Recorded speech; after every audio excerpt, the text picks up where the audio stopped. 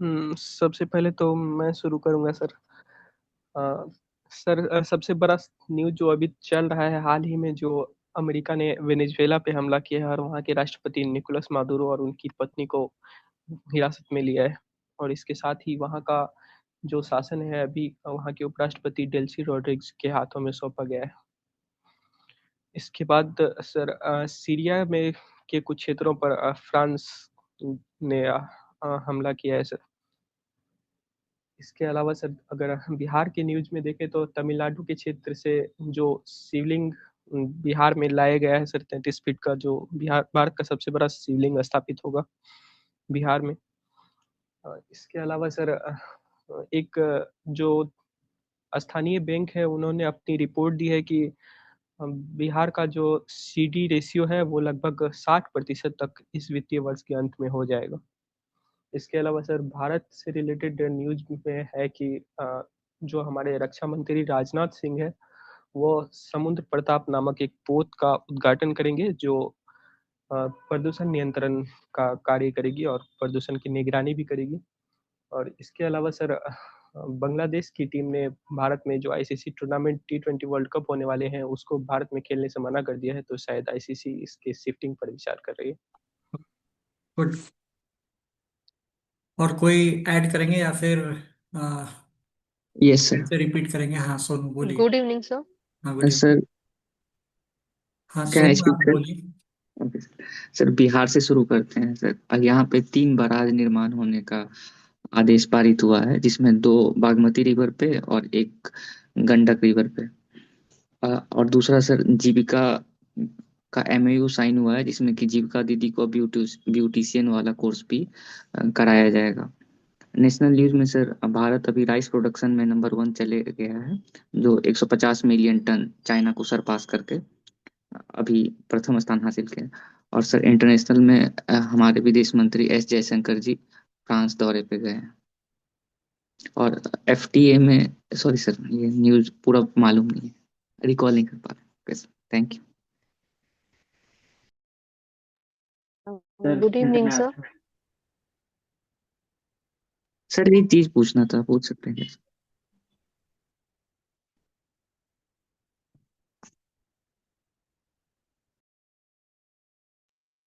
Sir, आपका mute. हाँ सोनू, ये पहले नैन्सी, सब ये राउंड एक कंप्लीट कर लेते हैं न्यूज़ का, उसके बाद पूछ लीजिएगा। हाँ नैन्सी बोलिए। सर, रिसेंटली भगवान बुद्ध के पढ़वा अवशेष जो वापस लाया गया था उनका उसका एग्जीबिशन करवाया गया है। दिल्ली में इसका एग्जीबिशन था। सर, सेकंड न्यूज ये है कि सर अभी सर बिहार में 3 बराज बनाने की घोषणा की गई है कि 3 बराज बिहार में बनवाया जाएगा।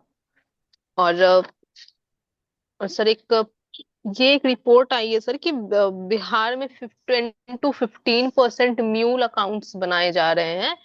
जो नॉर्मल पीपल के अकाउंट्स होते हैं उनका यूज साइबर हैकर्स के द्वारा किया जाता है और उसमें पैसे ट्रांसफर करवाए जाते हैं। और सर हम्म। अभी रिसेंटली बिहार सरकार के द्वारा ये घोषणा किया गया है कि जो भिक्षावृत्ति में सम्मिलित बच्चे हैं उन्हें मुख्य धारा से जोड़ने के लिए प्रयास किया जाएगा। ओके। और गुड कोई? इवनिंग हाँ गुड इवनिंग चंदन। सर। अभी माननीय कृषि मंत्री बिहार के, उन्होंने बोला है कि फार्मर का एक रजिस्ट्री सिस्टम बनाया जाएगा बिहार में। और दूसरा, बिहार से रिलेटेड न्यूज़ का कि सर 3 बैराज बनाए जाएंगे, 2 बागमती नदी पर। और सर, इंटरनेशनल लेवल पे विभिन्न कंट्रीज ने प्रतिक्रिया दी है जो डोनाल्ड ट्रम्प का ऑपरेशन था, एब्सोल्यूट रिजॉल्व वेनेजुला पे। और सर, अभी अ, और एक न्यूज़ था कि फ्रांस और यूके ने मिलके सीरिया में कुछ जगह पर उन्होंने ऑपरेशन किया है, आईएसआईएस को खत्म करने के लिए। ओके। और कोई?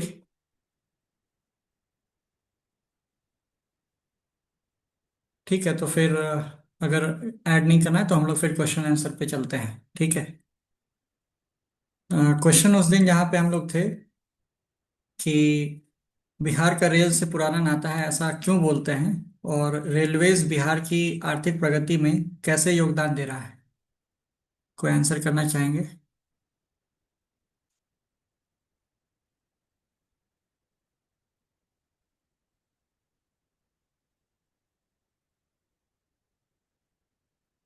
इंफ्रास्ट्रक्चर का क्वेश्चन है, ज्योग्राफी के लिए भी इम्पोर्टेंट है, और बिहार में जो इंफ्रास्ट्रक्चर इशू है, तो रेलवेज जो है उसमें पाइवोटल रोल, मतलब अगर रेलवेज नहीं रहे तो शायद बिहार का मतलब जो भी हमारा कॉम्पिटिटिव एडवांटेज है, चाहे वो लेबर के टर्म्स में हो, चाहे यहाँ से सामान आना जाना हो, तो इस कॉन्टेक्स्ट में अगर बोलें कि बिहार की आर्थिक प्रगति में रेलवेज का क्या योगदान है, 3 पॉइंट्स बताइए। सर, अभी बिहार बिहार में सर डेली बेसिस पे जितने भी लोग ट्रेवल करते हैं, I think mostly travel train से ही होता है। और दूसरा ये क्या कि सर गरीब रथ जो लाया गया था वो बेसिकली इसी पर्पज से लाया गया था कि जो यहाँ के लेबर फोर्स है उनको जाने में आसानी हो, वो लॉन्ग जर्नी भी कर सके और उन्हें कम प्राइस पे वो सुविधा हम्म। अवेलेबल हो जाए। अच्छा, हम्म। दूसरा एक सर किसान रेल जो चलाई गई है वो किसानों के लिए काफी लाभदायक है, उनके ट्रांसपोर्टेशन के लिए। सर हम्म। एक सर बिहार में कुछ रेलवे फैक्ट्रीज भी हैं जो अभी रिसेंटली मधेपुरा से जो railway factory, electric railway factory है वहां पर, उसके इंजन को अफ्रीकी देश गिनी में एक्सपोर्ट किया गया है। ओके। तो ये सर काफी हेल्पफुल है बिहार की इकोनॉमी के लिए। तो बेसिकली आप ट्रांसपोर्टेशन, एम्प्लॉयमेंट, इन सबों पे आप ध्यान लाना चाह रही हैं? जी सर। ओके। और कोई सर जो मैं ऐड स्पीक करेंगे? कर सर मैं ये बोल रहा था सर कि क्योंकि बिहार सी से कनेक्टेड नहीं है, तो पोर्ट से कनेक्टेड नहीं है, इसलिए रेलवे एक बहुत इम्पोर्टेंट इंफ्रास्ट्रक्चर है गुड्स को भेजने के लिए। और सर दूसरा, मैं ये समझ पा रहा हूँ सर कि बिहार एक प्लेन एरिया है, तो यहाँ पर रेलवे बहुत सुटेबल कनेक्टिविटी का मीडियम है। ओके। और इसके अलावा आप लोग ऐड कर सकते हैं, जैसे रेलवे अपने पुरानी बोगीज में हॉस्पिटल बनाने की बात करता है, तो कहीं ना कहीं उसके सोशल रिस्पॉन्सिबिलिटी वो निभाता है। और कोई ऐड करना चाहेंगे सर रेलवे? वही सर, जैसा कि चंदन जी ने कहा सर, बिहार एक लैंडलॉक्ड स्टेट है। तो सर ये कनेक्टिविटी भी सर प्रोवाइड कराता है। प्लस सर बिहार का सर पर कैपिटा इनकम भी काफ़ी कम है सर, तो ये एक पब्लिक ट्रांसपोर्टेशन के लिए भी सर एक अच्छा ऑप्शन है सर। और ये प्लेन एरिया है सर, तो railway network can be build easily. Okay. Bihar के जीएसडीपी में भी कंट्रीब्यूट करेगा इनडायरेक्ट रूप से। अच्छा, एक क्वेश्चन अगर पूछा जाए कि रेलवेज जो है वो क्यों इतना इम्पोर्टेंट है, ये तो आप लोग समझ ही रहे हैं, पर इसके साथ साथ इसके मॉडर्नाइजेशन के लिए क्या किया जा सकता है और इम्प्रूव करने के लिए? सर एक्सीडेंट्स को रोकने के लिए कवच सिस्टम लगा सकते हैं, और एंटी कॉलिजन सिस्टम है, वो सेंसर लगा के वो पहले से रोक देगा, कॉलिजन नहीं होगा क्योंकि एक्सीडेंट बढ़ रहे हैं। ओके। और क्या इम्प्रूवमेंट्स किए जा सकते हैं? सर इसके लिए एक पहला काम तो हाई स्पीड इंजन्स लगाए जा सकते हैं, जिनका विकास अभी हाल ही में बहुत तेजी से काम चल रहा है। और मधेपुरा में जो वैग 12 इंजन मालगाड़ियों में लगाए जा रहे हैं, जिससे सामानों की जल्दी डिलीवरी हो सकती है। बिहार के लिए हेल्पफुल होगा सर कि कच्चे माल का जो उत्पाद है वो रास्ते में ही खराब हो जाते हैं, तो वो लोग वो टाइम से पहुंच सकेंगे। ठीक है। अब हम लोग सर अगर शिफ्ट करते हैं रेलवे से डिफेंस की तरफ, तो डिफेंस मॉडर्नाइजेशन और इंडिजनाइजेशन क्यों जरूरी है? सर क्योंकि सर हाँ, सीपी रिपोर्ट के हिसाब से सर हम अपना सर 80 से 90% सर जो डिफेंस इक्विपमेंट है वो सारा इंपोर्ट करते हैं सर। तो सर ये हमारी नेशनल सिक्योरिटी के लिए भी सर सही नहीं है कि हम बहुत ज़्यादा डिपेंडेंट हैं सर डिफेंस इक्विपमेंट्स के लिए। और दूसरा सर इसके कारण सर हमारा बहुत सारा फॉरेक्स रिजर्व सर लॉस होता है और हमारा balance of payment sir negative favour में जाता है sir. Okay. Good. Sir strategic importance और दूसरा वॉइस ऑफ ग्लोबल साउथ बनने के लिए ये जरूरी है, हम्म। क्योंकि ऐसा माना सर जाता इंडिया है जियो पॉलिटिक्स में कि माइट इज द राइट। जैसे अभी अमेरिका का देखा गया? सर इंडिया का जो इमर्जिंग रोल है, एक हम फिफ्थ फिफ्थ सुपर पावर की तरफ उभर रहे हैं। तो हमारा रोल बहुत इंपॉर्टेंट है, स्पेशली तब जब हमारे जो नेबरिंग कंट्रीज हैं वहाँ हमारे रिलेशंस हो, टेंस हो रहे हैं, चाहे चाइना हो, पाकिस्तान हो। तो हमें अपने जो डिफेंस है उसको प्रेजेंट की जो रिक्वायरमेंट है उसके हिसाब से मॉडर्नाइज करना बहुत जरूरी है। ओके। सर मैं कुछ ऐड करना चाहूंगा। सर ऐसा माना जाता है कि जो आने वाला वर्ल्ड वार है या फिर युद्ध है वो स्पेस टेक्नोलॉजी या फिर इसके साइबर वार या फिर ड्रोन टेक्नोलॉजी के ऊपर धीरे धीरे शिफ्ट हो रहा है। तो यह टेक्नोलॉजिकल डेवलपमेंट ना सिर्फ सर अटैक करने के लिए जरूरी है, ये डिफेंस करने के लिए भी बहुत ज्यादा जरूरी है। और भारत का अगर अपना टेक्नोलॉजी डेवलप होता है तो आसपास के एरिया में जो छोटे कंट्रीज है उसको भारत एक्सपोर्ट करके अपना एक्सपोर्ट जो रेवेन्यू है उसको भी बढ़ा सकता है। ओके। अच्छा, ये ई गवर्नेंस क्या होता है? Integration of sir technology in governance government. Through ICT sir. Sir governance through the use of information and communication technology, जैसे कि बिहार में RTPS है, राइट टू पब्लिक सर्विसेज, जिसके माध्यम से जो कास्ट सर्टिफिकेट है इसको लोग घर में भी बनवा सकते हैं। अच्छा, ये पंचायती राज डेवलपमेंट या ग्रामीण विकास में ई गवर्नेंस कैसे रोल प्ले कर सकता है? कुछ उदाहरण के थ्रू बताइए, 3 उदाहरण दीजिए। सर ई गवर्नेंस एक ऐसी व्यवस्था है जिसमें सरकार के कार्यों की जनता तक पहुंच सुलभ होती है टेक्नोलॉजी के माध्यम से। तो इसके माध्यम से एक तो sir direct to bank transfer technology के द्वारा लोगों का इकोनॉमिक इनकम बढ़ाया जा सकता है। उसके अलावा सर जो क्षेत्रीय इलाके हैं वहाँ पर रोजगार को बढ़ावा दिया जा सकता है। और सर ग्रामीण क्षेत्रों में टेक्नोलॉजिकल एजुकेशन दे करके भी उनकी आजीविका को बढ़ाया जा सकता ओके। सर 3 सर एग्जांपल है सर, मैरिज परिमार्जन रजिस्ट्रेशन। पोर्टल हो सकता है सर, और फिर ग्रामीण आवास योजना के तहत टैगिंग किया जा रहा है सर। ये सब चीजें भी हो सकता है सर। ठीक है। गुड। सर पंचायत को sir digital fibre optical fibre mission के थ्रू सर कनेक्टिविटी प्रोवाइड की जा रही है सर। तो सर जितने भी जो रिकॉर्ड्स हैं सर उसका ऑनलाइन किया जा सकता है सर ई गवर्नेंस के थ्रू सर। तो उससे सर ट्रांसपेरेंसी बढ़ेगी sir. Okay. Sir DBT sir के एक और माध्यम से उनको हाँ, सर राजीव। डीबीटी के माध्यम से उनको सर फाइनेंस प्रोवाइड करवाया जा सकता है। और सर सॉइल हेल्थ कार्ड की मदद से उन किसानों को काफी मदद पहुंचाया जा सकता है। इसमें टेक्नोलॉजी कहाँ पर, ई गवर्नेंस कहाँ पर रोल प्ले करेगा? Sir sir soil health card जब बनाते हैं तो वो ऑनलाइन उनको फिर ट्रांसफर किया जा सकता है डाटा, उससे रिलेटेड जो भी होगा।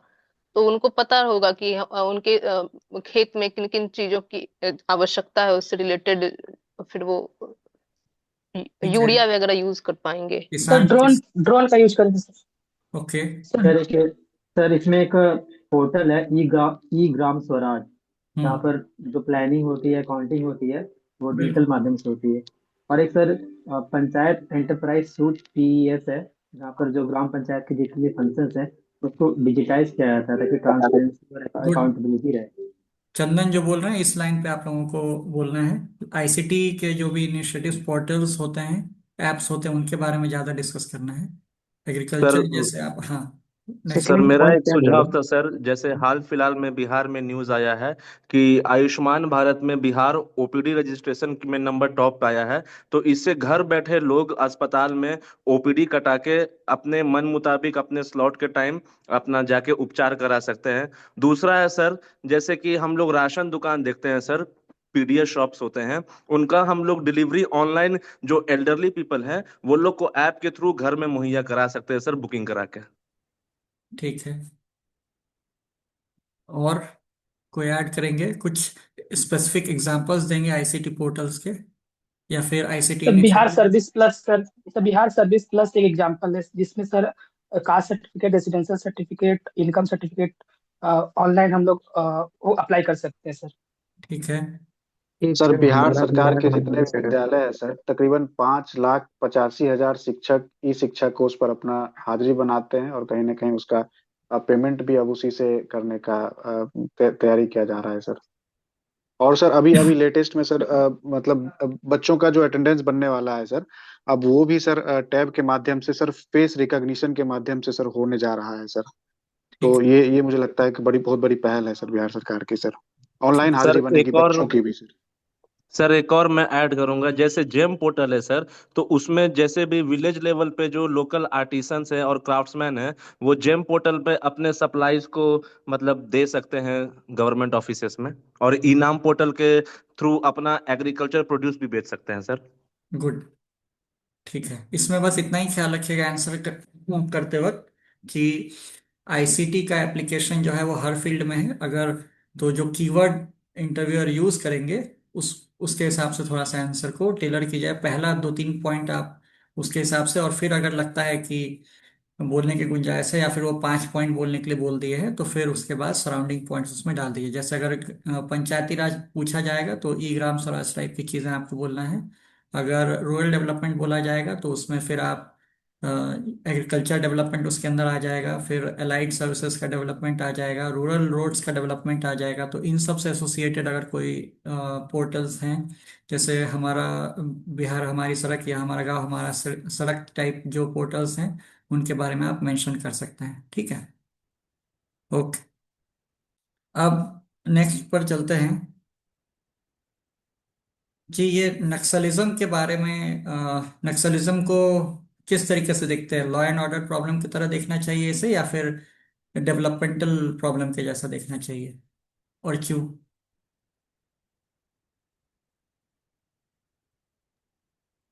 सर दोनों नक्सलिज्म को दोनों तरह देखना चाहिए।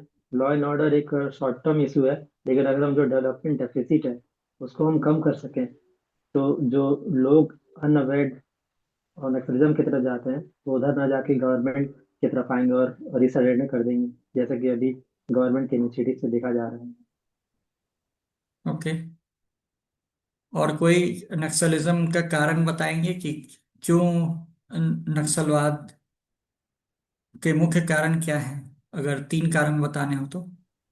सर पहले तो सर जल जंगल और जमीन, इसके लेकर के सर नक्सलवादी मूवमेंट शुरू हुआ था। और ये चीज सर नक्सलवादी जो क्षेत्र है सर वेस्ट बंगाल में, वहां से ये शुरू हुआ था। और जो रिसोर्स का जो सर डिप्लीशन हो रहा है सर, जैसे अभी अरावली में ही हम देख रहे हैं, तो मे भी हो सकता है कि वहां पर भी इस तरह की चीजें आर्म्स मूवमेंट हो जाए। वो भी एक तरह का मतलब नक्सल क्या ही हम लोग श्रेणी दे सकते हैं सर। तो ये ज्यादा मतलब गवर्नमेंट पॉलिसी फेलियर में समझता हूँ। और उसके बाद फिर ये लॉ एंड ऑर्डर का भी इशू है सर। हम्म। बिहार में कितने जिलों में अभी नक्सलिज्म का प्रभाव देखने को मिलता है गवर्नमेंट रिपोर्ट्स के हिसाब से? सर गया, नवादा, ये सब सर रेड कॉरिडोर डिस्ट्रिक्ट है सर। ओके। बस ये दो याद कर पा रहा हूँ सर। ओके। कोई टोटल नंबर ऑफ डिस्ट्रिक्ट्स किसी रिपोर्ट के हिसाब से बता सकते हैं? सर 2025 में अभी कुछ समय पहले डाटा आया था जिसमें कहा गया था कि बिहार अब पूरी तरीके से नक्सल मुक्त हो गया है। ओके। लेकिन अभी तो 3-4 दिन, सॉरी, 2 हफ्ता पहले के न्यूज़पेपर में था कि अभी भी 2-3 पॉकेट्स अभी बचे हुए हैं। नेक्स्ट वो सर दो ग्रुप। तीन हाँ। नक्सल समूह बचे हुए थे सर, हाँ। जबकि जिलों को पूरी तरीके से नक्सल मुक्त कर दिया गया। ओके। ठीक है सर इसमें। एक डेटा के अनुसार 2022 में 11 जिले प्रभावित थे। अभी हाँ। सर 2024 में 2 जिले प्रभावित है। हाँ। रिसेंट 2024 का ये। राइट। ये 11 और ये सारा जो है वो रिपोर्ट्स के आधार पे है। ठीक है, तो आप चाहें तो इस टाइप का रिपोर्ट्स कोट कर सकते हैं। 25 वाला जैसे अजहर किए, आपको अगर वो 22 वाला रिपोर्ट याद रहे तो उसमें आप बोल सकते हैं कि सर उस समय 11 थे, अभी सक्सेसिवली उसको कम किया जा रहा है और कुछ नक्सल समूह भी एक्टिव है। ठीक है। रिपोर्ट का नाम क्या है सर? सॉरी। सर ये रिपोर्ट का नाम क्या है सर, कोड करने के लिए? मतलब मिनिस्ट्री। जनरली ये होम मिनिस्ट्री वगैरह का रिपोर्ट रहता है। ठीक है, ऐसे ही बोलेगा होम मिनिस्ट्री की रिपोर्ट के आधार पे। ठीक है। और ठीक है, अब अगले क्वेश्चन पे चलते हैं। आई थिंक ये इकोनॉमिक्स से रिलेटेड है कि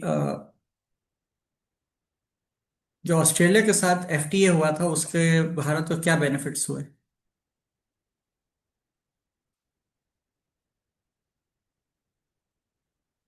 कोई अटेम्प्ट सर करना इंडिया चाहेंगे? का ट्रेड ऑस्ट्रेलिया सर हम्म। इंडिया का ट्रेड एफटीए के बाद से ऑस्ट्रेलिया के साथ काफी तेजी से बढ़ा है।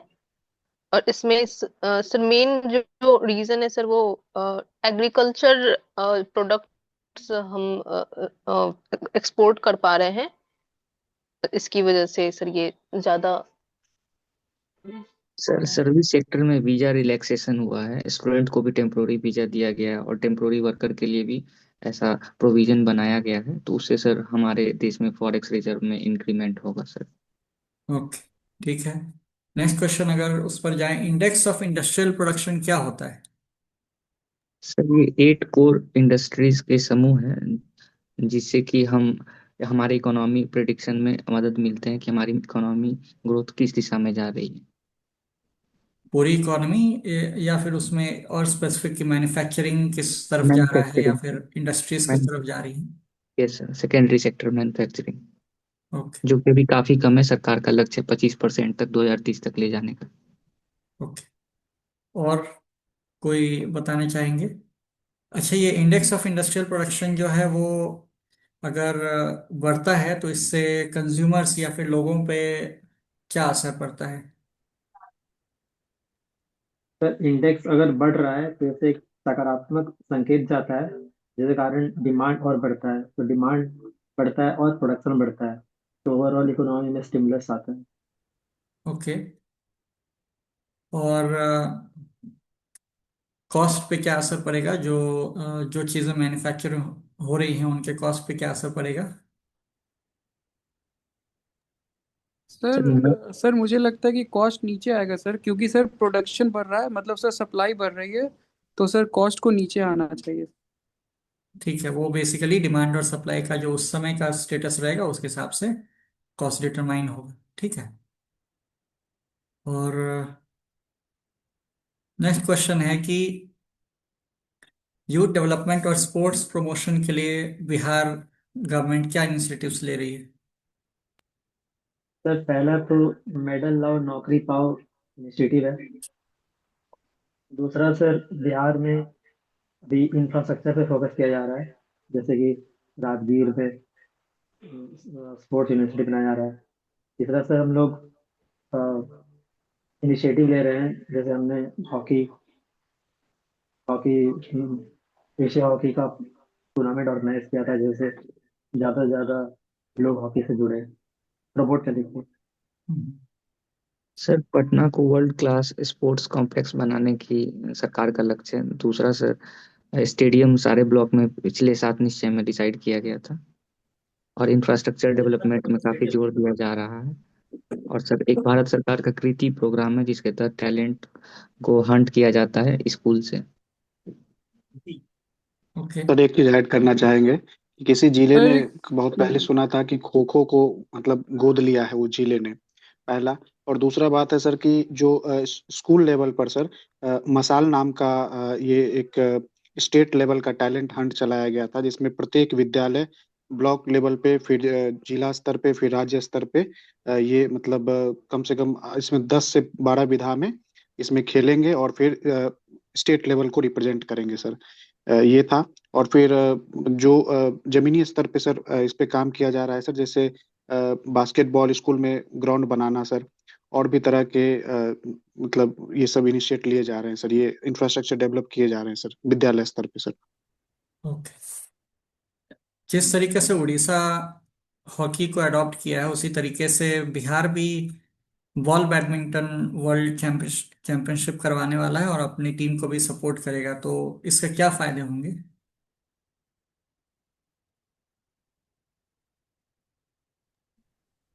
सर जो भी प्लेयर्स हैं वो इनकरेज होंगे, खेल के प्रति उन्हें प्रोत्साहन मिलेगा।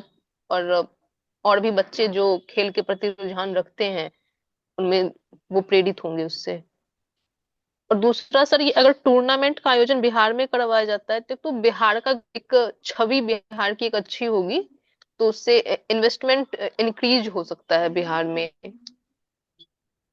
ओके, सर इससे सर एक सोसाइटी में भी जो एक परसेप्शन है, खेलोगे कूदोगे, पढ़ोगे लिखोगे नहोगे बनोगे नवाब, और खेलोगे कूदोगे बनेगा खराब। तो उसको सर एक चेंज किया जा सकता है इसके माध्यम से, और ज़्यादा से ज़्यादा बच्चे पढ़ाई के साथ साथ खेल को भी कंटिन्यू करें। सर तो सोसाइटी में यूनिटी इंक्रीज होगी। ठीक है, जो लोग नहीं। Sport as a career option, उस पे अवेयर अवेयर होंगे sir, as a sir career Bihar की ऑप्शन। भी एक स्पोर्ट्स आइडेंटिटी होगी, जैसे सर हरियाणा की रेसलिंग है, उड़ीसा की हॉकी है, वैसे सर बिहार की बॉल बैडमिंटन होगी सर। इसे एक गुड।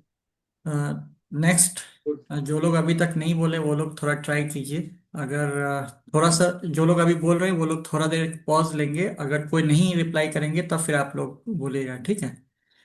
नेक्स्ट क्वेश्चन है कि अगर ये जुडिशरी किसी मामले की राजनीतिकरण से कैसे प्रभावित होता है, ठीक है। अभी रिसेंटली सेंगर का भी मामला था, जिसमें कि पहले सुप्रीम कोर्ट ने जो डिसीजन दिया, बाद में फिर उसको फिर से चेंज कर लिया, या फिर अरावली का भी मामला था। तो दोनों वैसे अलग मामले हैं। तो जब भी किसी मामले का राजनीतिकरण होता है तो जुडिशरी उससे कैसे प्रभावित होती है, और प्रभावित ना हो इसके लिए जुडिशरी कौन से प्रिंसिपल्स का यूज करती है।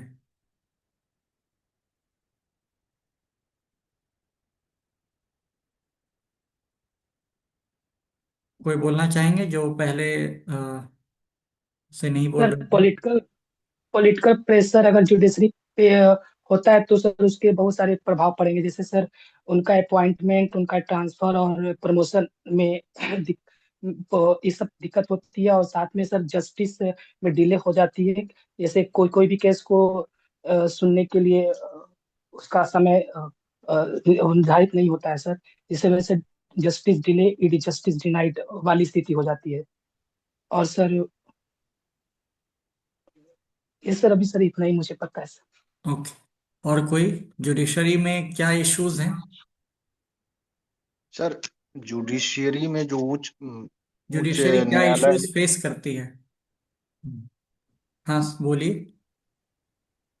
सर कॉलेजियम सिस्टम में बोल सकते हैं सर। सर हाँ, sir hello Priyanshu. Overall issues. Sir. हाँ, हाँ ओवरऑल सर, इश्यूज बताइए, जुडिशियरी अगर में मेजर। जुडिशरी से रिलेटेड सवाल आता हाँ। है तो। सर ह्यूज हाँ number of sir, cases are judiciary pending में। सर। हाँ, प्रियांशु बोलिए अभी। प्रियांशु बोलिए, आप हाँ पहले सर। नहीं बोले थे। हाँ सर, जुडिशियरी में मेजर प्रॉब्लम जैसा अभी एक साथी ने बताया कि केसेस पेंडिंग है, more than 5 crore cases pending है। और दूसरा सर, ओवर रीच जुडिशियरी का बढ़ गया है, जुडिशियरी लेजिस्लेशन लेजिस्लेशन का भी काम करने लग गई है। और जैसा कि विशाखा गाइडलाइंस में हो गया, या फिर बाकी के केसेस में अभी रिसेंट में प्रेसिडेंट के पावर्स और गवर्नर के पावर्स के ऊपर जो जजमेंट आया है, इसको बहुत सारे कॉन्स्टिट्यूशनलिस्ट जुडिशियल ओवर रीच की तरह देखते हैं। तीसरा, जुडिशियरी ये के जो ऊपर लाइन की फ्रेमिंग थी अकाउंटेबिलिटी ये सेट अच्छी नहीं है। थी, ठीक है। जो अभी आपने ज्यूरिस्ट का नाम और ऐसे करके जो फ्रेम किया, इस तरीके से ही जुडिशरी कभी अगर आंसर करना हो तो इसी तरीके से करना चाहिए, ठीक है। हाँ, बोलिए, कंटिन्यू कीजिए।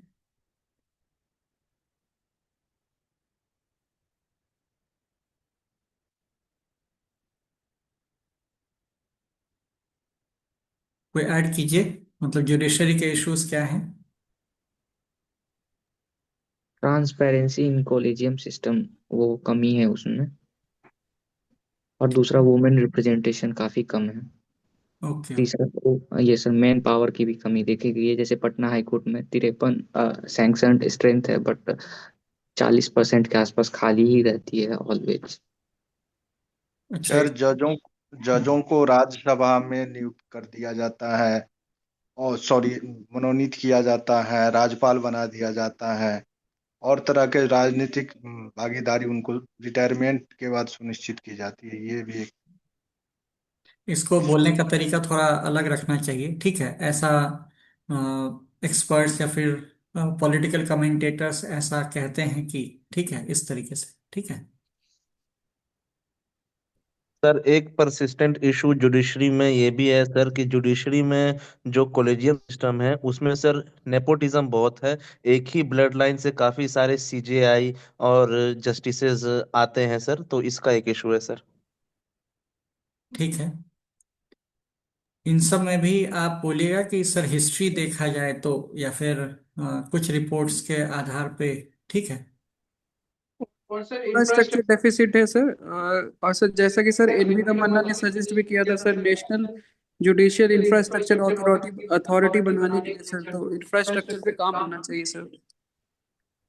जिला न्यायालय और उच्च न्यायालय में पदों की रिक्ति बहुत ज्यादा है सर। सर जुडिशियल अकाउंटेबिलिटी काफी कम है। और सर लो वर्किंग डेज भी है, देखा गया है, काफी दिनों तक छुट्टी में रहती है। ठीक। अभी कुछ रिसेंट इनिशिएटिव है जैसे कि सुपेस पोर्टल, और इससे सर आर्टिफिशियल इंटेलिजेंस का यूज़ किया जा रहा है, और sir alternative dispute resolution ADR का यूज़ कर सकते हैं, ताकि जो नॉन बहुत ज़्यादा मतलब कम सीरियस इश्यू है उसको सॉल्व किया जा सके अल्टरनेटिव रूट से। ठीक। चंदन ने नेक्स्ट क्वेश्चन पे ले गए हैं चंदन हम सभी को, कि इन जुडिशरी इन प्रॉब्लम्स को सॉल्व करने के लिए या फिर इन प्रॉब्लम्स से निपटारे के लिए क्या क्या उपाय किए जा सकते हैं। ठीक है। तो 2 पॉइंट चंदन ने बताया। सर जैसे कि सर कॉलेजियम सिस्टम पे था सर, सबने बोला कॉलेजियम सिस्टम, तो इसके लिए सर एक एसओपी होना चाहिए सर, और ये सर कंसल्टेटिव प्रोसेस होना चाहिए जिसमें सारे स्टेक होल्डर को सर साथ में रखकर एक एसओपी सर डिजाइन होना चाहिए सर, ताकि सर अपॉइंटमेंट और ज़्यादा ट्रांसपेरेंट, और इस पे जो सर नेपोटिज्म ये सब के एलिगेशंस लगते हैं वो सब कम हो सके। सर वो पॉलिटिसाइजेशन में कैसे कम कर पाएंगे जुडिशरी को? क्वेश्चन जो आपका पहला था उसका सर हाँ, आंसर प्लीज। इसका आंसर यही जो अभी जिस तरीके से है, एक तो कि सेपरेशन ऑफ पावर डॉक्ट्राइन को अपहोल्ड करना, वो करते हैं, और ये सारा टेक्नोलॉजी के मदद से होता है, ट्रांसपेरेंसी की मदद से होता है।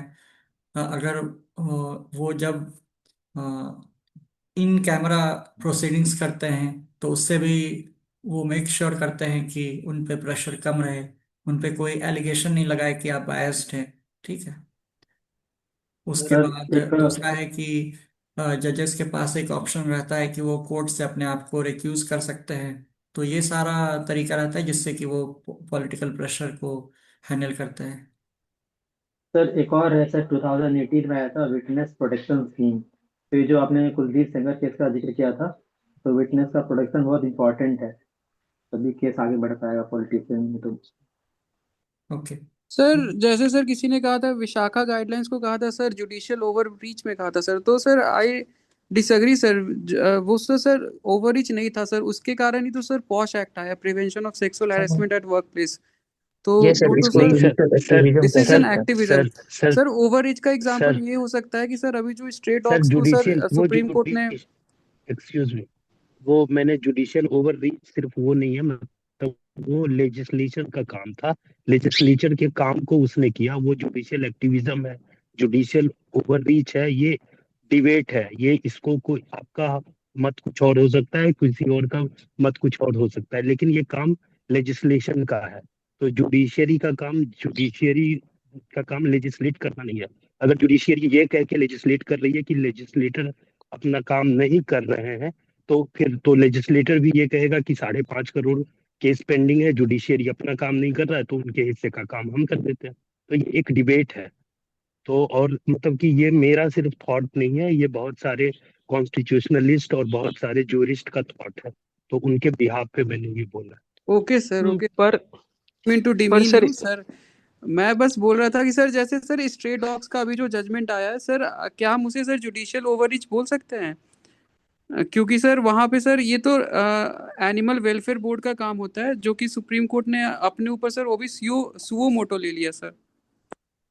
देखिए, इसमें यही चीज है कि जहां पे पब्लिक इंटरेस्ट को अपहोल्ड करने के लिए, और अगर वॉइड रहता है, जिस जिस जगह जगह पे जुडिशरी खुद डिसीजन देती है और बाद में ये जोर देती है कि इस पर हम अभी डिसीजन दे रहे हैं, पर अगला जो काम है वो विधायिका खुद करे, जब इस तरीके से वो करती है तब फिर वहां पे वो एक्टिविज्म की ही श्रेणी में रहता है। ओवररीच जो है वो मतलब ओवर जेलस जब रहता है तभी होता है, लेकिन अभी तक जो भी एग्जाम्पल डिस्कस हो रहे हैं इन सारे में जुडिशियल एक्टिविज्म का ही मामला है। ओवररीच का एक एग्जाम्पल था, जैसे कि हाईवे पर हाईवे पर अगर लिकर शॉप्स हैं उनका रजिस्ट्रेशन कैंसिल करना है या फिर उन पर कुछ रूल्स लगाना है जो कि एकदम एग्जीक्यूटिव का डोमेन होता है, इस टाइप के जो केसेस रहते हैं तब हम लोग क्लियरली बोलते हैं कि ये ओवर रीच। ठीक है। सर ओवररीच में एनजेएसी जो 2014 का संशोधन आया था, 99वां संविधान संशोधन आया था, उसको भी बता सकते हैं सर ऐसा? एनजेएसी उसके बाद 370 का जो कुछ, सॉरी सर, ये जो समलैंगिक मामलों वाला जो कुछ संबंध हटाए गए वो। नहीं नहीं, कंफ्यूज नहीं होइए, बहुत क्लियरली इसका बेस्ट तरीका होता है कि खुद से बहुत ज्यादा इसमें दिमाग नहीं लगाना है। एक नोट्स पढ़ लीजिए जिसमें कि प्रॉपरली लिखा हुआ है कि ये एग्जांपल है, ये एग्जांपल है। ठीक है।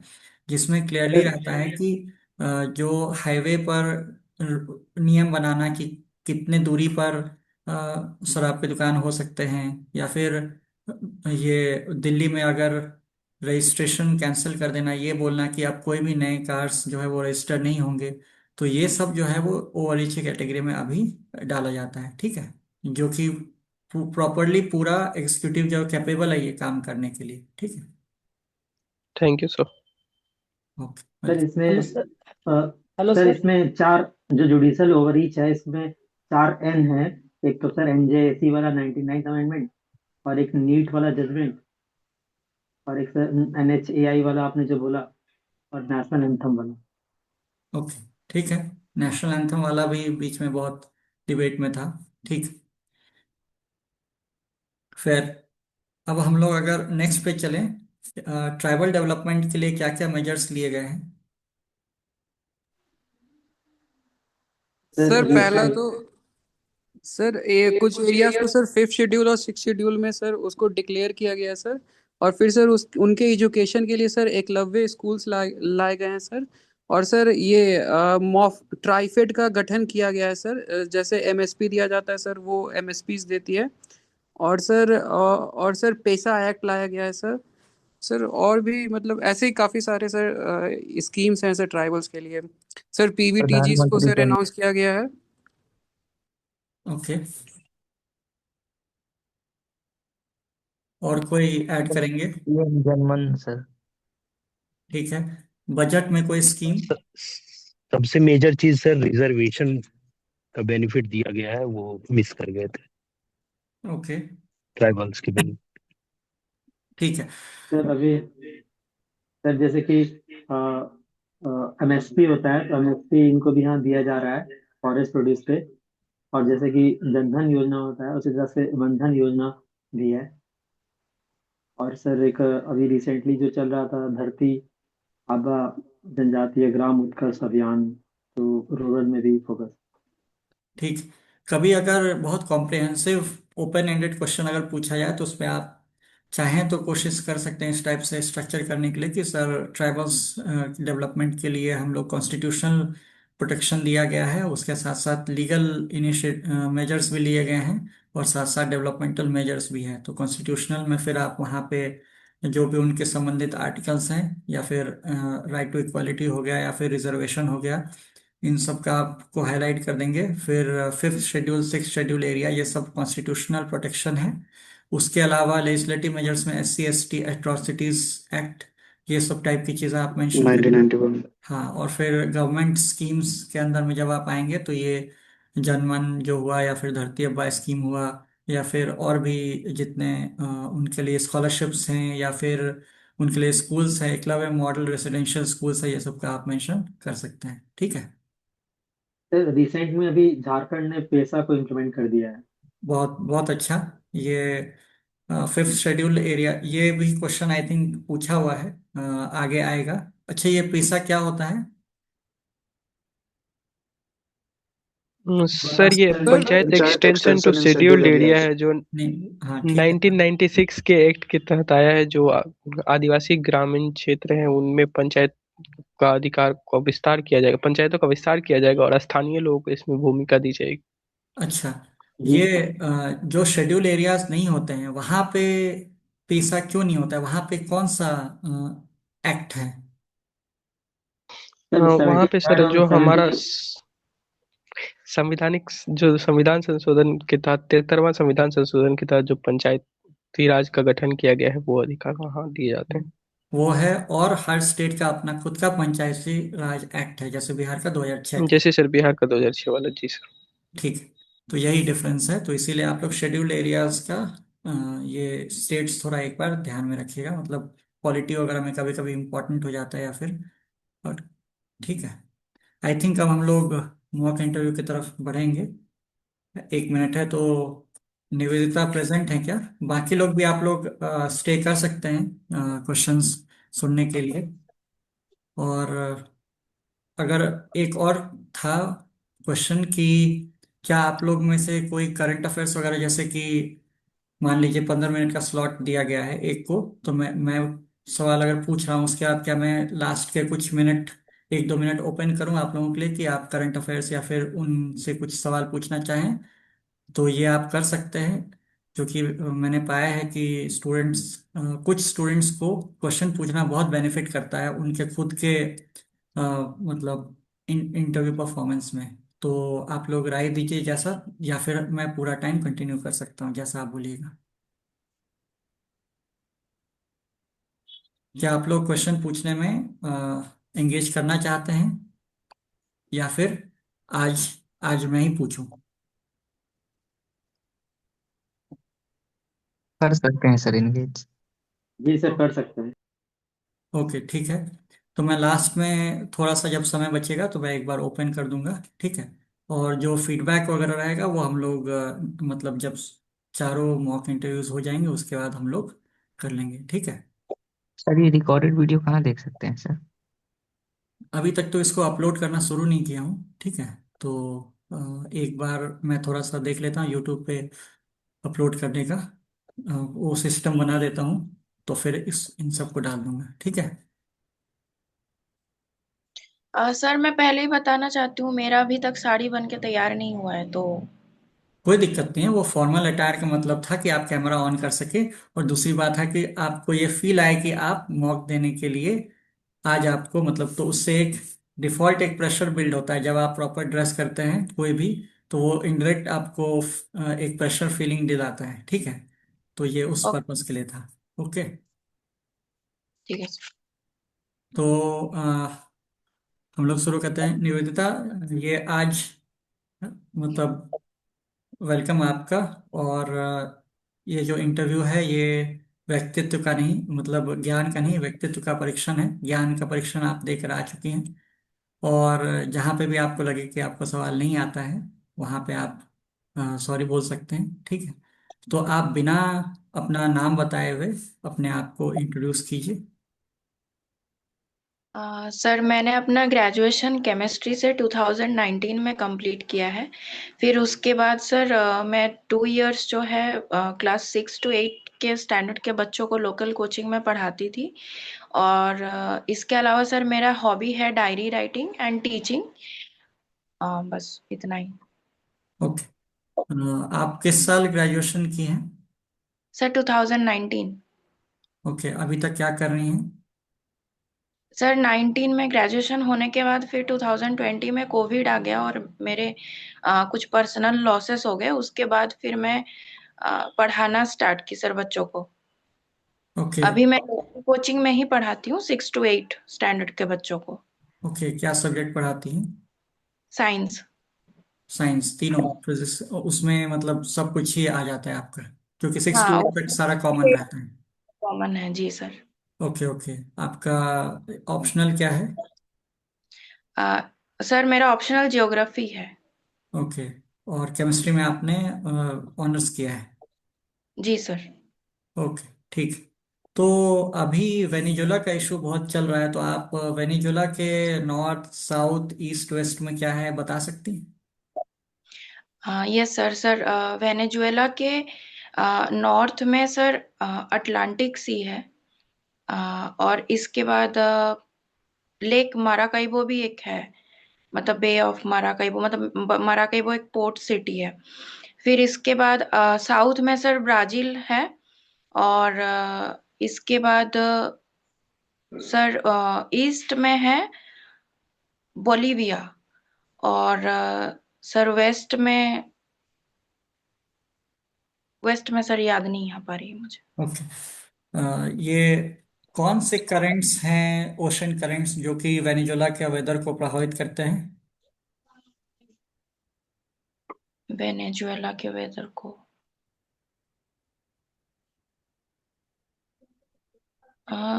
सॉरी सर, अभी मैं याद नहीं कर पा रही हूँ। ओके, कोई बात नहीं है। हिमालय का क्या इम्पोर्टेंस है इंडिया के एनवायरनमेंट या, हाँ, इंडिया के एनवायरनमेंट या क्लाइमेटिक कंडीशंस को डिटरमाइन करने के लिए? सर हिमालयस का बहुत इम्पोर्टेंट रोल है, क्योंकि वो जो वेस्टर्न डिस्टरबेंस है वहां से, मतलब जो नॉर्दर्न पोल है वहां से जो भी शीत लहर आती है उसको वो रोकता है। प्लस इधर से जो मॉनसून हवाएं हैं उनको भी वो रोकता है, जिस वजह से भारत को बहुत अच्छा, मतलब बारिश मिलती है ड्यूरिंग मॉनसून। मॉनसून सीजन में बारिश अच्छा होता है, ओके। और जो ठंडी हवाएं आती है उसको वो रोकता है। बिहार का क्लाइमेट क्या है कोपेन क्लासिफिकेशन से, अगर हम देखना चाहें तो? सर बिहार का जो क्लाइमेट है वो साउदर्न बिहार में सर ये सब ट्रॉपिकल मॉनसून में आता है। मतलब कोपेन क्लाइमेट के हिसाब से साउदर्न बिहार इज AW, और जो नॉर्दर्न बिहार है वो है CWG। अच्छा, श्योर है? जी सर। ओके।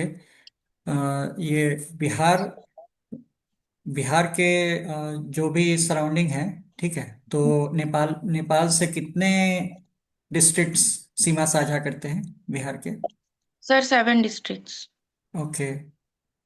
वेस्ट बंगाल से बिहार के कितने डिविजन्स बॉर्डर साझा करते हैं? डिवीजन सर समझते हैं? हाँ हाँ हाँ, सर वेस्ट बंगाल से एक ही है। Okay, good. इसके अलावा अगर हम लोग, आपका ग्रेजुएशन सब्जेक्ट केमिस्ट्री है, तो हम्म। एटॉमिक नंबर क्या होता है? Sir atomic number is number of protons present in the nucleus. Okay. क्या ये केमिकल रिएक्शंस में चेंज हो सकता है? नहीं सर, क्योंकि केमिकल रिएक्शंस में इलेक्ट्रॉन्स पार्टिसिपेट करते हैं तो उनका एक्सचेंज होता है। तो अगर ये किस एटॉमिक नंबर किस समय चेंज हो सकता है, किस कंडीशन में? कोई टाइप का रिएक्शन है? सर रेडियो एक्टिविटी के केस में एटॉमिक नंबर चेंज हो सकती है। ओके, कैसे? जैसे कि अगर एटॉमिक, मतलब नंबर ऑफ प्रोटॉन और न्यूट्रॉन का एक रेशियो होता है जनरली, अगर वो 1.5 के रेशियो से ज्यादा हो जाता है तो फिर वो alpha beta gamma rays radiate करती हैं, और फिर उसके थ्रू वो अपना जो न्यू इलेक्ट्रॉन सॉरी प्रोटॉन्स का जो नंबर्स है वो चेंज करते हैं, और फिर एक स्टेबल न्यूक्लियस में बनने की तरफ जाते हैं। तो जनरली अगर एक एग्जांपल मैं लूं तो यूरेनियम से वो पोलोनियम तक जा सकता है सर। ठीक है, कोई केमिकल रिएक्शन, न्यूक्लियर रिएक्शन ऐसा है जिसमें कि एटॉमिक नंबर बढ़ जाए? अच्छा हाँ सर, फ्यूजन रिएक्शन है। ओके। कोई radioactive decay, beta minus decay जानती है? हाँ, बीटा माइनस डीके में सर एक पॉजिटिव प्रोटॉन हो जाता है। ओके, तो उससे एटॉमिक नंबर बढ़ सकता है? हाँ, उससे एक नंबर एटॉमिक नंबर इंक्रीज होता है। अच्छा, ये ब्लड का पीएच क्या होता है? सर ब्लड का पीएच 6.8 से 7.4 के बीच में। ओके। जनरली ये बेसिक रहता है या फिर एसिडिक रहता है? सर जनरली मतलब ये बफर की तरह काम करता है, मतलब स्लाइटली बेसिक हम बोल सकते हैं, 7.4 के आसपास। शरीर का कौन सा अंग है जो कि ये पीएच मेंटेन करने में रिस्पॉन्सिबल होता है? Organ? Blood sir, sorry. Organ. Hmm. Okay, कोई।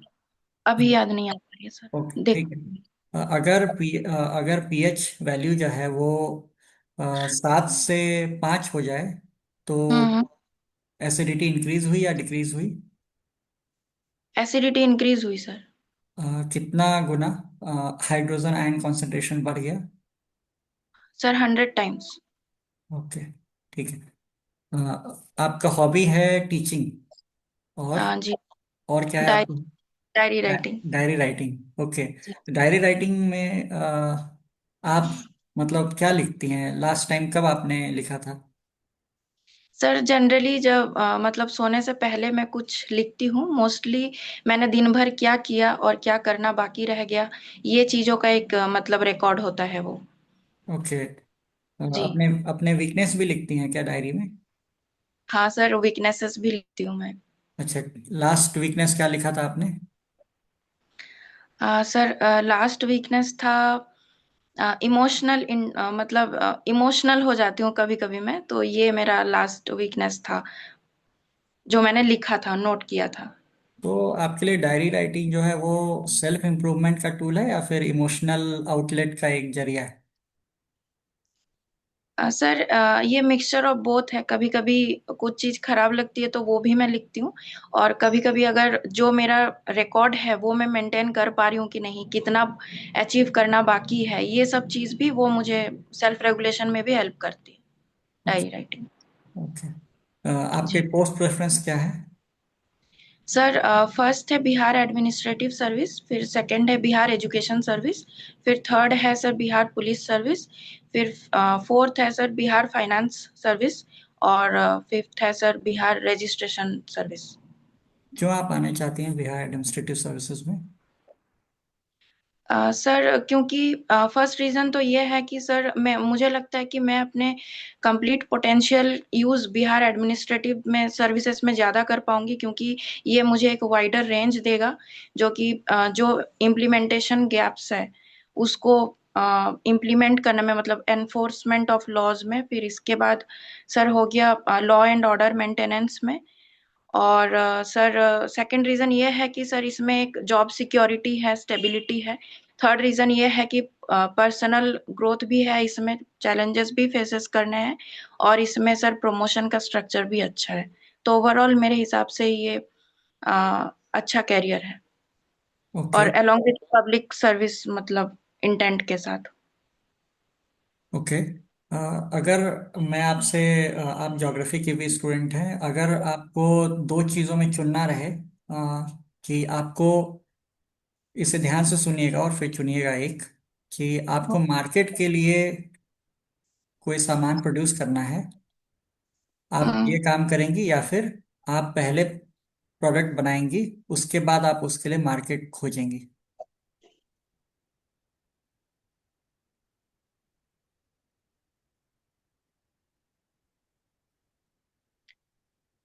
सर, ये दोनों दोनों में से कोई एक ही चूज करना है? यस। अच्छा, तो सर बिहार के सिचुएशन में ठीक है, तो आप अपने हिसाब से एज्यूम कर सकते हैं। सर, अगर बिहार का सिचुएशन में देखूं तो इसके हिसाब से जो मार्केट बना हुआ है उसके हिसाब से मैं प्रोडक्ट डिजाइन करना चाहूंगी, थैंक क्योंकि। यू। आपका इंटरव्यू ओवर हुआ, और अब कोई और क्वेश्चन पूछना चाहते हैं उनके लिए 2 मिनट है। Thank you sir.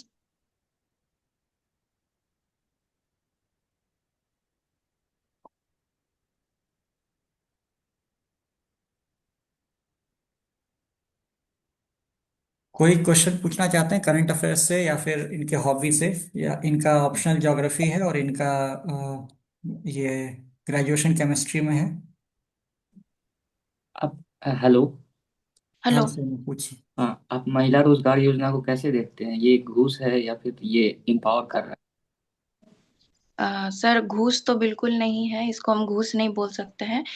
बिल्कुल ये विमेन एम्पावरमेंट में हेल्प करेगी, क्योंकि अगर महिला के पास पैसे होंगे तो फिर वो एक डिसीजन मेकर के तरह काम करेंगी।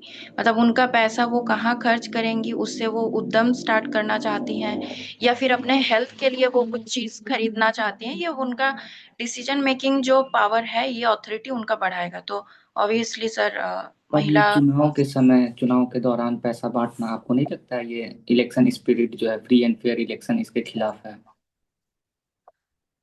सर, ये इलेक्शन के टाइम नहीं था सर, ये इलेक्शन के पहले ही ये जो मतलब स्कीम है, ये पहले से ही अनाउंस किया जा चुका था। और मॉडल कोड ऑफ कंडक्ट के हिसाब से हम कोई नई योजना स्टार्ट नहीं कर सकते हैं ड्यूरिंग इलेक्शन। तो ये नई योजना के तहत नहीं था, ये पहले से ही इसका मतलब पर बात हो तमिलनाडु में ऐसा देखा गया था, मॉडल कोड ऑफ कंडक्ट के दौरान पैसा अकाउंट में गया था तो सरकार होल्ड पे लगा दी थी, बिहार में नहीं लगाई थी। बिहार में इलेक्शन के दौरान भी गई पैसा। कैसे देखते हैं आप इसको? अ, सर अगर इसमें कुछ फ्री एंड फेयर इलेक्शन वाला इशू होता तो मुझे पूरा भरोसा है कि इलेक्शन कमीशन जो है इस पे वो स्टैंड लेते। चलिए आप ये बताइए, सेलिब्रिटी कल्चर जो बिहार में है उसको आप कैसे देखते हैं? मतलब चुनाव के दौरान जैसे देखा गया पवन सिंह, खेसारी लाल यादव, मैथिली ठाकुर, ये अच्छी चीज है हमारे डेमोक्रेसी के लिए या क्या आपका राय? सर जो सेलिब्रिटी हैं वो भी after all citizen of India हैं, तो उनको भी बिल्कुल हक है कि वो मतलब इलेक्शन में पार्टिसिपेट करें। और उनके थ्रू ये एक अच्छा चीज होता है कि हम लार्ज स्केल में अवेयरनेस प्रोग्राम या फिर मतलब जिनके बीच वो काफी ज्यादा पॉपुलर हैं, तो अवेयरनेस प्रोग्राम को और ज्यादा सुदूर प्रभावी बनाने के लिए ये बहुत ही इम्पोर्टेंट है। ये लास्ट क्वेश्चन पूछ रहे हैं, ये सोमालिया जो है वो कहाँ स्थित है? Somalia sir horn of Africa में है। जी जी। तो ये सोमालीलैंड को क्यों रिकॉग्निशन दिया इजराइल ने?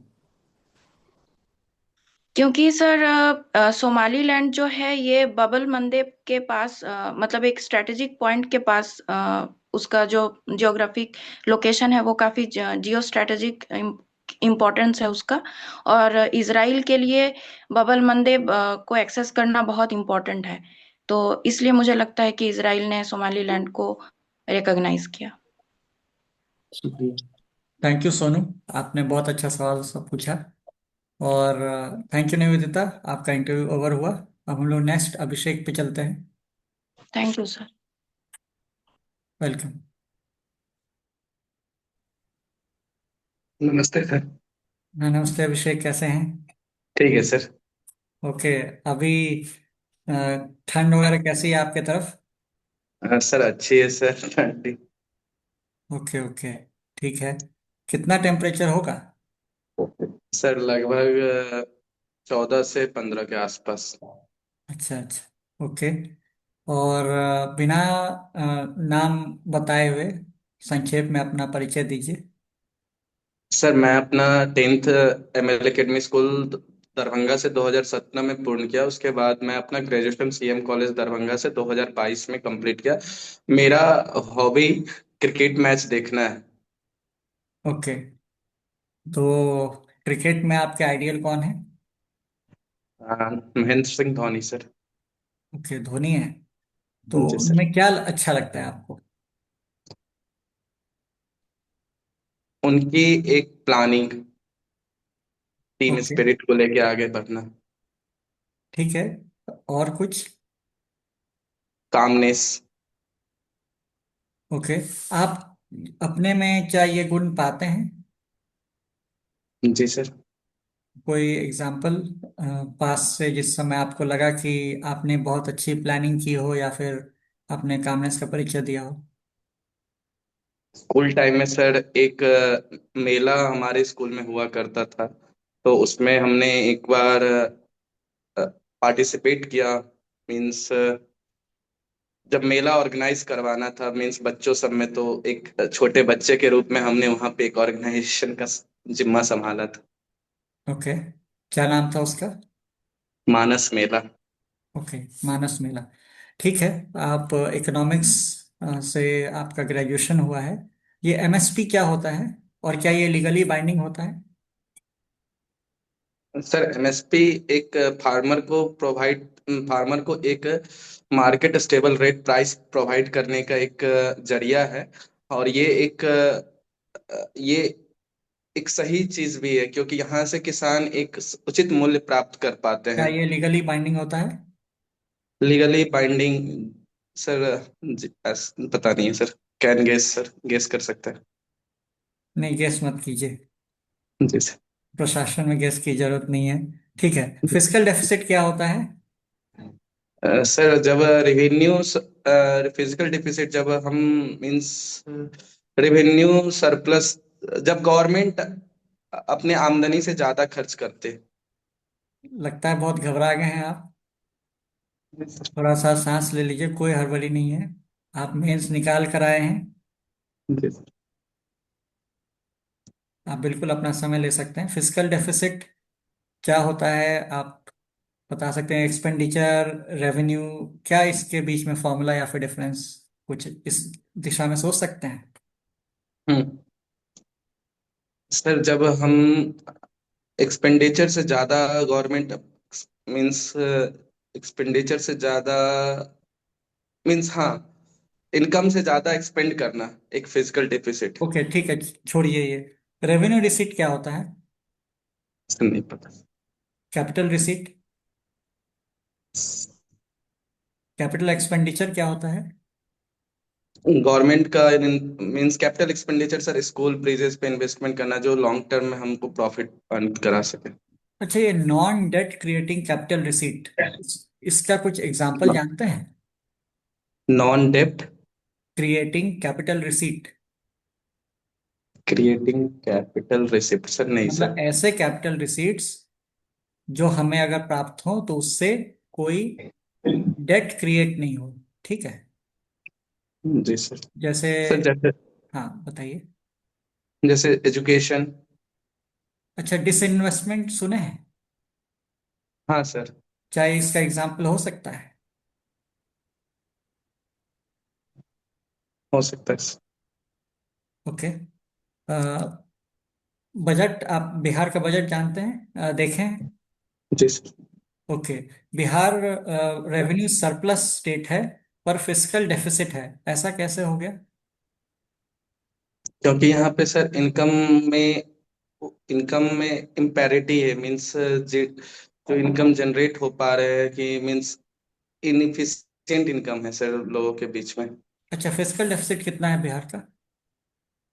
3.8 शायद, एग्जैक्ट डाटा नहीं याद रेवेन्यू सरप्लस कितना है जीएसडीपी का? है। 0.8 शायद। ओके। अच्छा, ये फिस्कल डेफिसिट और इन्फ्लेशन में क्या रिलेशन होता है? अगर फिस्कल डेफिसिट बढ़ रहा है तो इन्फ्लेशन बढ़ेगा या घटेगा?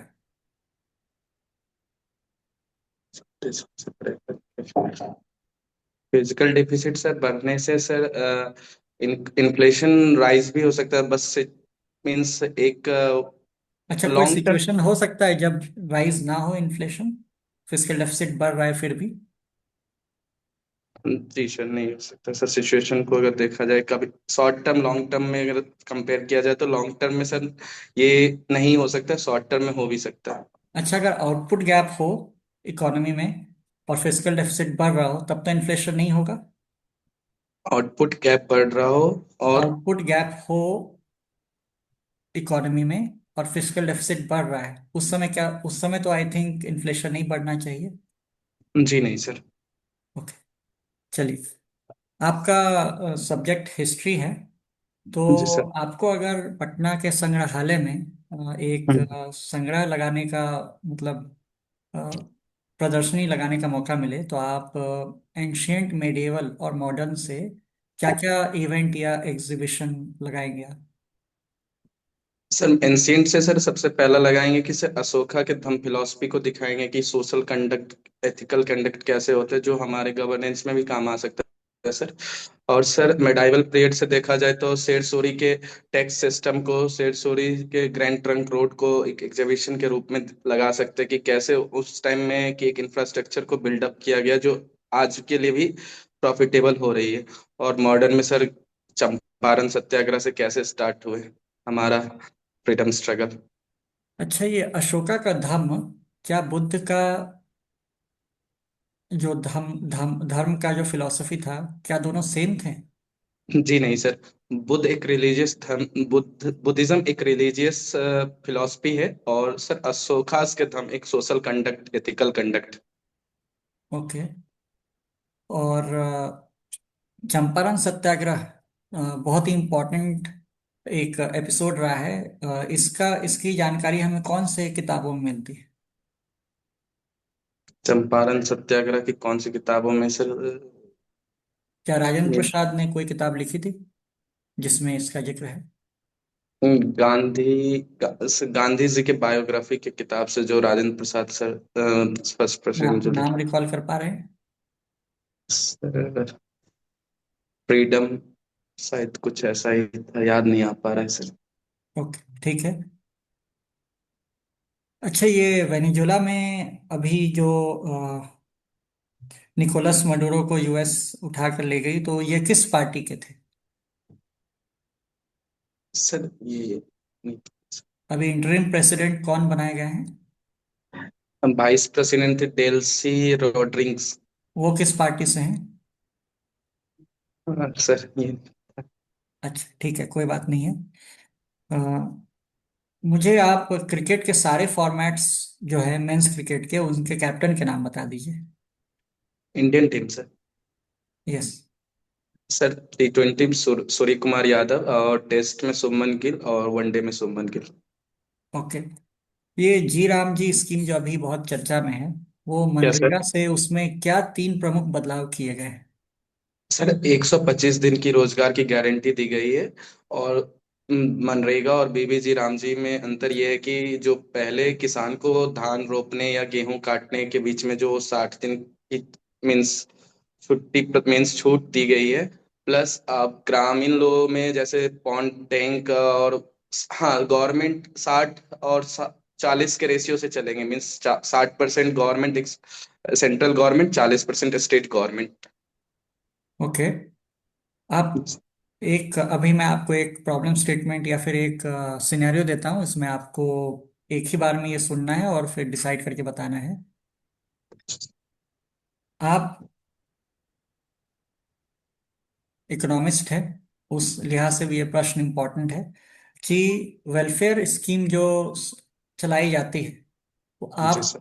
वो वेलफेयर स्कीम का विस्तार करने के लिए फिस्कल जी डेफिसिट सर। को बढ़ने देंगे, या फिर फिस्कल डिसिप्लिन मेंटेन करने के लिए वेलफेयर स्कीम्स को थोड़ा कॉम्प्रोमाइज कर देंगे?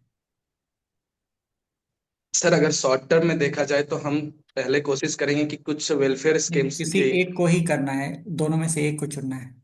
दोनों में से एक सर। तो सर हम लॉन्ग टर्म के लिए सोचेंगे, फिजिकल डिफिसिट को बढ़ने देंगे, क्योंकि वो लॉन्ग टर्म में वेलफेयर का काम करेगा। ओके, ठीक है। आई थिंक हम लोग अब अच्छा, बिहार के फाइनेंस मिनिस्टर कौन है? हम विजेंद्र प्रसाद जी। श्योर हैं? जी सर। स्टेट जो बिहार का बजट है, उसमें स्टेट का अपना टैक्स जो है वो कितना परसेंट है? 41 फाइनेंस कमीशन वाला रिपोर्ट। स्टेट का ओन टैक्स रेवेन्यू कितना परसेंट है, जानते हैं या नहीं जानते हैं? सर नहीं सर। ओके, ठीक। आई थिंक अभी क्वेश्चन ओपन है। अगर कोई पूछना चाहते हैं, सोनू पूछ सकते हैं, या फिर और भी कोई पूछना चाहते हैं। इनका इकोनॉमिक्स इनका ग्रेजुएशन है, हिस्ट्री इनका ऑप्शनल है। और हिस्ट्री से अगर कोई कुछ और क्वेश्चन पूछना चाहे तो पूछ सकते हैं, हिस्ट्री बहुत लोगों का रहता है। बाकी आपके ऊपर भी है, कोई पूछिए। देखिए, ये एक्सरसाइज जो है वो ऐसा नहीं है कि मैं आगे क्वेश्चंस कंटिन्यू नहीं कर सकता हूँ पूछना, ठीक है। मैंने ये नोटिस किया है कि जो स्टूडेंट्स क्वेश्चन पूछते हैं वो जनरली बाद में फिर वो बहुत अच्छा परफॉर्म करते हैं, क्योंकि उनको एक नैक मिल जाता है, सवाल पूछते पूछते कॉन्फिडेंस भी बिल्ड होता है। Hello, good evening. हाँ सर, पूछिए। तो आप, मेरा पहला सवाल ये है कि भारत का जीडीपी कितना है? जीडीपी 1,20,121 के आसपास, 1,21,000 के आसपास है। आप श्योर है? और एग्जैक्ट डाटा नहीं याद है। अभी हाल ही में भारत जीडीपी में किसी कंट्री को क्रॉस किया है, वो कौन सी कंट्री है? जापान। तो भारत की कुल जीडीपी अब कितनी हो गई है?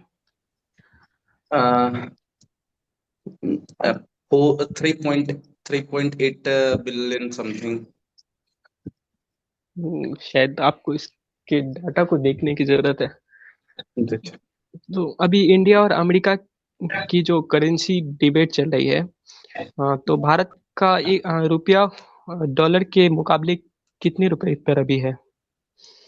80 टू 90, 85 to 90 के बीच में क्रॉस हो, 90 क्रॉस थी तो जो 89 होगी।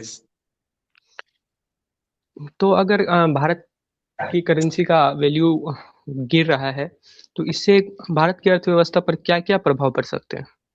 भारत की अर्थव्यवस्था पे पहले तो सर कि हमारा जो मीन्स प्रोडक्ट है बाहर के देशों में, हमारे लिए ये एक managed managed way of export कह सकते हैं कि हमारा जो बाहर के देशों में जब हम एक्सपोर्ट करते हैं तो हमारे प्रोडक्ट्स वहाँ के मुकाबले सस्ते हो, मीन्स वहाँ हमारे प्रोडक्ट सस्ते हो जाएंगे। इससे जैसे हमारे बिहार के अपने प्रोडक्ट्स जो बाहर जा रहे हैं, मखाना, लीची हो या लेदर गुड्स हो, तो उस कंट्री में सस्ते होंगे और हमारा एक्सपोर्ट रेट भी बढ़ेगा। पहला प्राइमरी तो फैक्टर। आपके हिसाब से बिहार या भारत को इससे बेनिफिट होने वाला है, इससे भारत को कोई भी लॉस नहीं होने वाला? जी नहीं, मैनेज डिप्रिसिएशन कह सकते ओके, थैंक यू। मैं पूछ सकता हूँ सर? हैं। जी सर। ये बताइए, आपने दरभंगा से ग्रेजुएशन किया है, जी राइट? सर। जी सर। आप दरभंगा का कोई 3 खासियत बताइए। हिस्टोरिकल, ज्योग्राफिकल सब बता सकते हैं क्या? कोई भी ब्रॉड हाँ, पर्सपेक्टिव। हिस्टोरिकली देखा जाए तो यहाँ पे एक कल्चरली इनहेबिटेड है, जैसे मिथिला पेंटिंग हो, मैथिली लैंग्वेजेस हो। आर्ट एंड कल्चरली देखा जाए तो यहाँ के राज पैलेसेस, नरगौना पैलेसेस हो। ज्योग्राफिकली मखाना, एग्रीकल्चर जो एक्सपोर्ट हो रही है। अच्छा ठीक है, अभी हाल फिलहाल में राज्यसभा सांसद संजय जी ने मिथिला टेक्स्ट को लेकर कुछ, ये कौन सी लिपि में आती है? देवनागरी लिपि। श्योर है देवनागरी लिपि है या जी, दूसरी? तिरोता लिपि में हुआ करती थी, लेकिन बाद में वो जो एक ग्रामेटिकल तिरोता लिपि को डेवलप नहीं कर पाए हमारे, मीन्स डेवलप नहीं हो पाई उतनी, तो इस वजह से इसे देवनागरी लिपि में ही रखा गया। मखाना बोर्ड के क्या फायदे हैं? मखाना। मखाना बोर्ड जो पिछले बजट हाँ, में अनाउंस हुआ था। यहाँ के किसान लाभान्वित होंगे। एफपीओ का गठन होगा, यहाँ के किसान को एक स्किल ट्रेनिंग, वेब डेवलपमेंट मिलेगा, और एमएसएमई के थ्रू, जीविका दीदी के थ्रू यहाँ से एक्सपोर्ट बढ़ेगी मखाना से। लॉजिस्टिक मार्केट भी ग्रो होगा, एम्प्लॉयमेंट जनरेट होगा। ये बताइए, नेशनल मखाना बोर्ड जो 2002 में इस्टेब्लिश हुई थी, वो जी वो क्यों नहीं कारगर हो पाई कि हमें मखाना बोर्ड इस्टेब्लिश करना पड़ा? सर, कारगर तो हो रही है सर। कारगर इसलिए कह रह सकते हैं क्योंकि यहाँ पे हमारे जो मखान के लिए वो बीज उपलब्ध करवा रहे हैं, और वहाँ पे अभी भी किसान को ट्रेनिंग दिया जाता है। तो मेरे नज़र से देखा जाए तो वो भी एक कारीगर हुए। वो उनका काम था एक अनुसंधान का, तो उस अनुसंधान के क्षेत्र में वो अपना कार्य निरंतर कर रहे हैं। चलिए, मखाना का सीड का जो नया वैरायटी है उसका आप नाम ले सकते जी नहीं। हैं? एक वैदेही करके। चलिए ठीक है, थैंक यू शुक्रिया। सोनू। अभी हम लोग नेक्स्ट पे बढ़ेंगे। थैंक यू अभिषेक, आपका इंटरव्यू ओवर हुआ। Thank you sir. Next Rajeev Ranjan.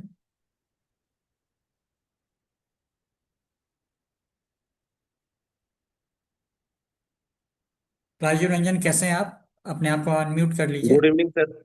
हाँ, गुड इवनिंग।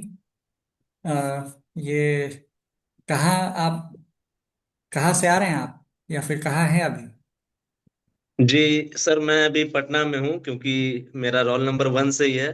तो मैंने सोचा कि 1 महीना के लिए पटना में रह के ही मॉक इंटरव्यू और इंटरव्यू की प्रिपरेशन की जाए। सर, वैसे मैं बाढ़ पटना का मूल निवासी हूँ, लेकिन मैं 2005 में ही मेरी मम्मी के जॉब के कारण मैं रांची शिफ्ट हो गया था। Okay okay, good. और अभी कैसी ठंड है वहां पर, पटना में? सर, ठंड तो बहुत है, पर सर इंटरव्यू का जोश है तो मेहनत कर रहे हैं सर। ओके, हीटर लगाए हुए हैं या फिर ऐसे ही हैं आप? नहीं सर, पीजी है, हीटर नहीं है यहाँ पे सर। अच्छा, आप डीएसपी में इंटरेस्टेड हैं? Yes sir. ओके, आप बिना अपना नाम बताए हुए अपना संक्षिप्त परिचय दीजिए। सर, मैं बाढ़ पटना का मूल निवासी हूँ सर। मेरा ग्रेजुएशन 2023 में BA English honours Delhi university से हुआ है सर। और करंटली मैं मास्टर्स भी कंप्लीट कर चुका हूँ सर 2025 में रामदास कॉलेज से सर। और मेरा हॉबी है sir watching and reviewing anime on social media platform sir. Okay, आपने ग्रेजुएशन किस कॉलेज से किया? Sir, Satyavati college sir. Okay, वहाँ से कोई famous alumni? Sir Satyavati college से सर एक फेमस एलुमनाई है सर।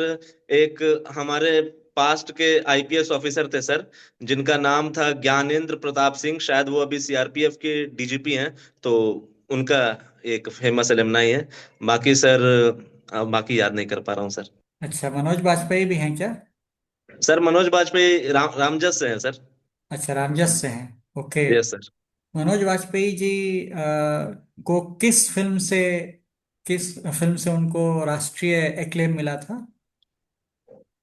सर मनोज बाजपेयी को राष्ट्रीय एक्लेम सर, मेरे हिसाब से बैंडिट क्वीन उनका जो मूवी था, उनमें उन्हें अवार्ड मिला था सपोर्टिंग रोल के लिए सर। उन्हीं से उनका जो पहला वो था, वो सबसे बड़ा उनका अचीवमेंट था सर। अच्छा, सत्या सत्या मूवी में उनका क्या रोल था? हाँ सर।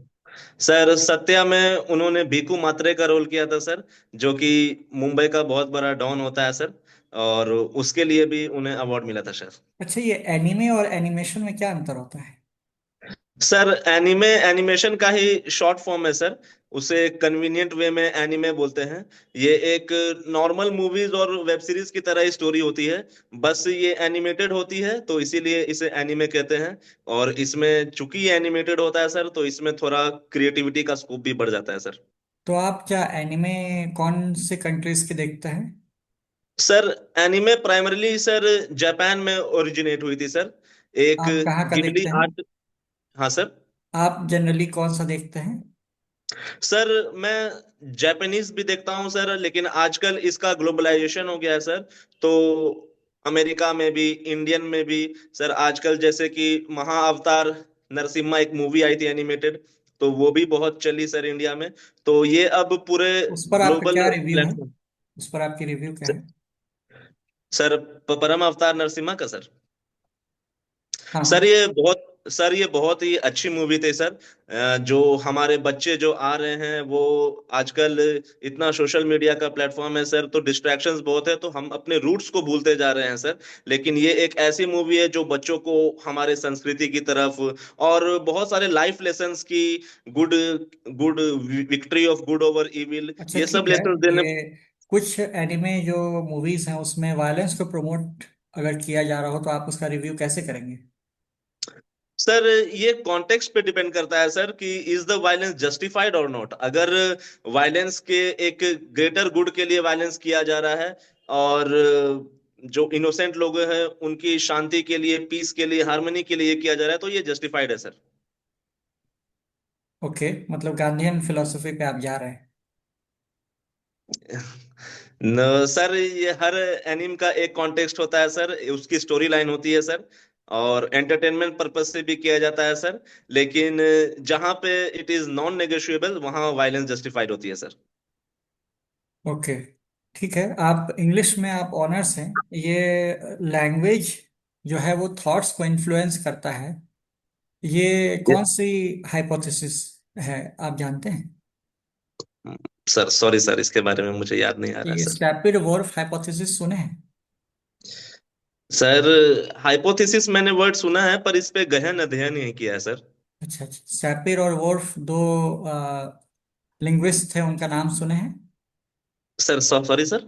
सैपिर सैपिर और वोर्फ, ये दोनों लिंग्विस्ट थे जिन्होंने ये बोला था कि जो हमारी भाषा है वो यस हमारे सर। हमारे सोच को इन्फ्लुएंस करती है। अच्छा, ठीक है, आपने उनका नाम नहीं सुना है। क्या ये बात से आप सहमत हैं कि भाषा जो है वो हमारी सोच को इन्फ्लुएंस करता है?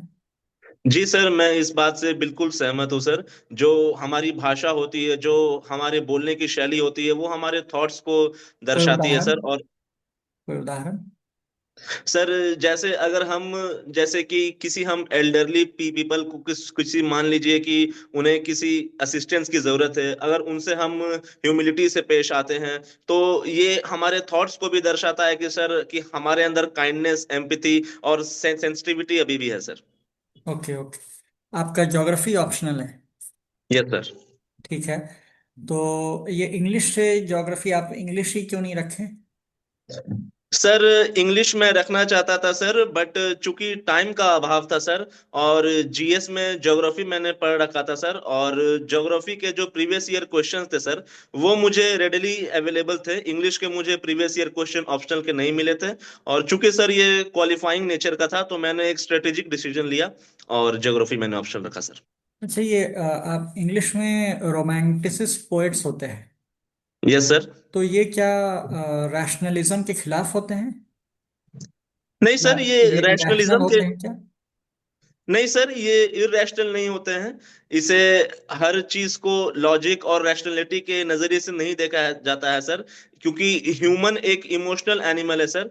कभी कभी उसे रोमांटिसिज्म के थ्रू किसी बिलवेड, किसी लॉस्ट लव के प्रति, चाहे नेचर के प्रति सर, एक जो इमोशंस होते हैं, जो थॉट्स होते हैं, एक्सप्रेशन होते हैं सर, वो जरूरी होता है sir. Okay. I celebrate my self and Singh my self, ये किसकी रचना है? सर सॉरी सर, याद नहीं कर पा रहा हूँ सर। आपको इससे लग रहा है क्या कि ये लाइन जो है वो बहुत इंडिविजुअलिज्म को प्रमोट करता है? सर इंडिविजुअलिज्म को प्रमोट करना और सर खुद के प्रति एक सेंसिटिविटी दिखाना दो अलग चीज है सर।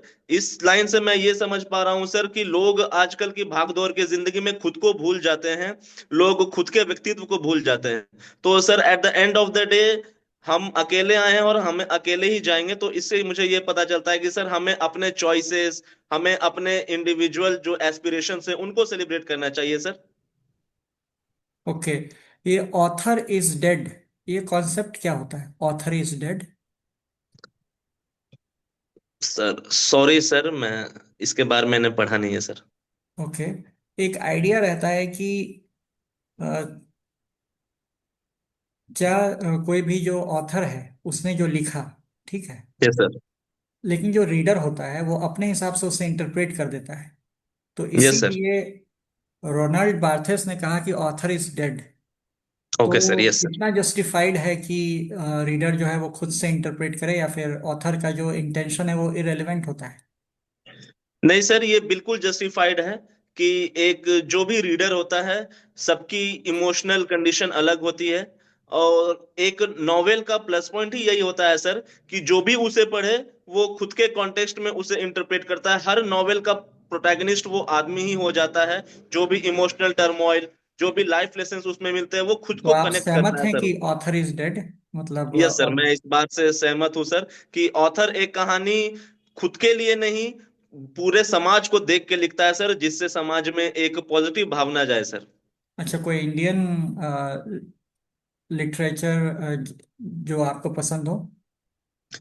सर इंडियन लिटरेचर में सर मैं ओम प्रकाश वाल्मीकि जी का जूठन मुझे बहुत पसंद लगा था सर, जब मैं इसे पढ़ा था। तो जूठन मुझे पसंद है सर। ओके, ठीक। ज्योग्राफी आपका ऑप्शनल है, तो यस सर। इसमें अगर हम लोग बात करें तो इंडिया का नॉर्दर्न मोस्ट स्टेट कौन सा है? सर इंडिया का northern most state sir, I think Himachal Pradesh है सर। और आप नॉर्थ साउथ ईस्ट वेस्ट चारों यस दिशाओं में चार नदियां और उस पर बने हुए डैम का नाम बता सकते हैं? सर, सतलज नदी पे सर मैं बता सकता हूँ, भाखरा नंगल डैम है सर। और सर साउथ में पेरियार नदी में भी डैम है सर। और सर, आप एक मिनट ले लीजिए, सोच के बताइए, कोई दिक्कत नहीं है। Yes sir.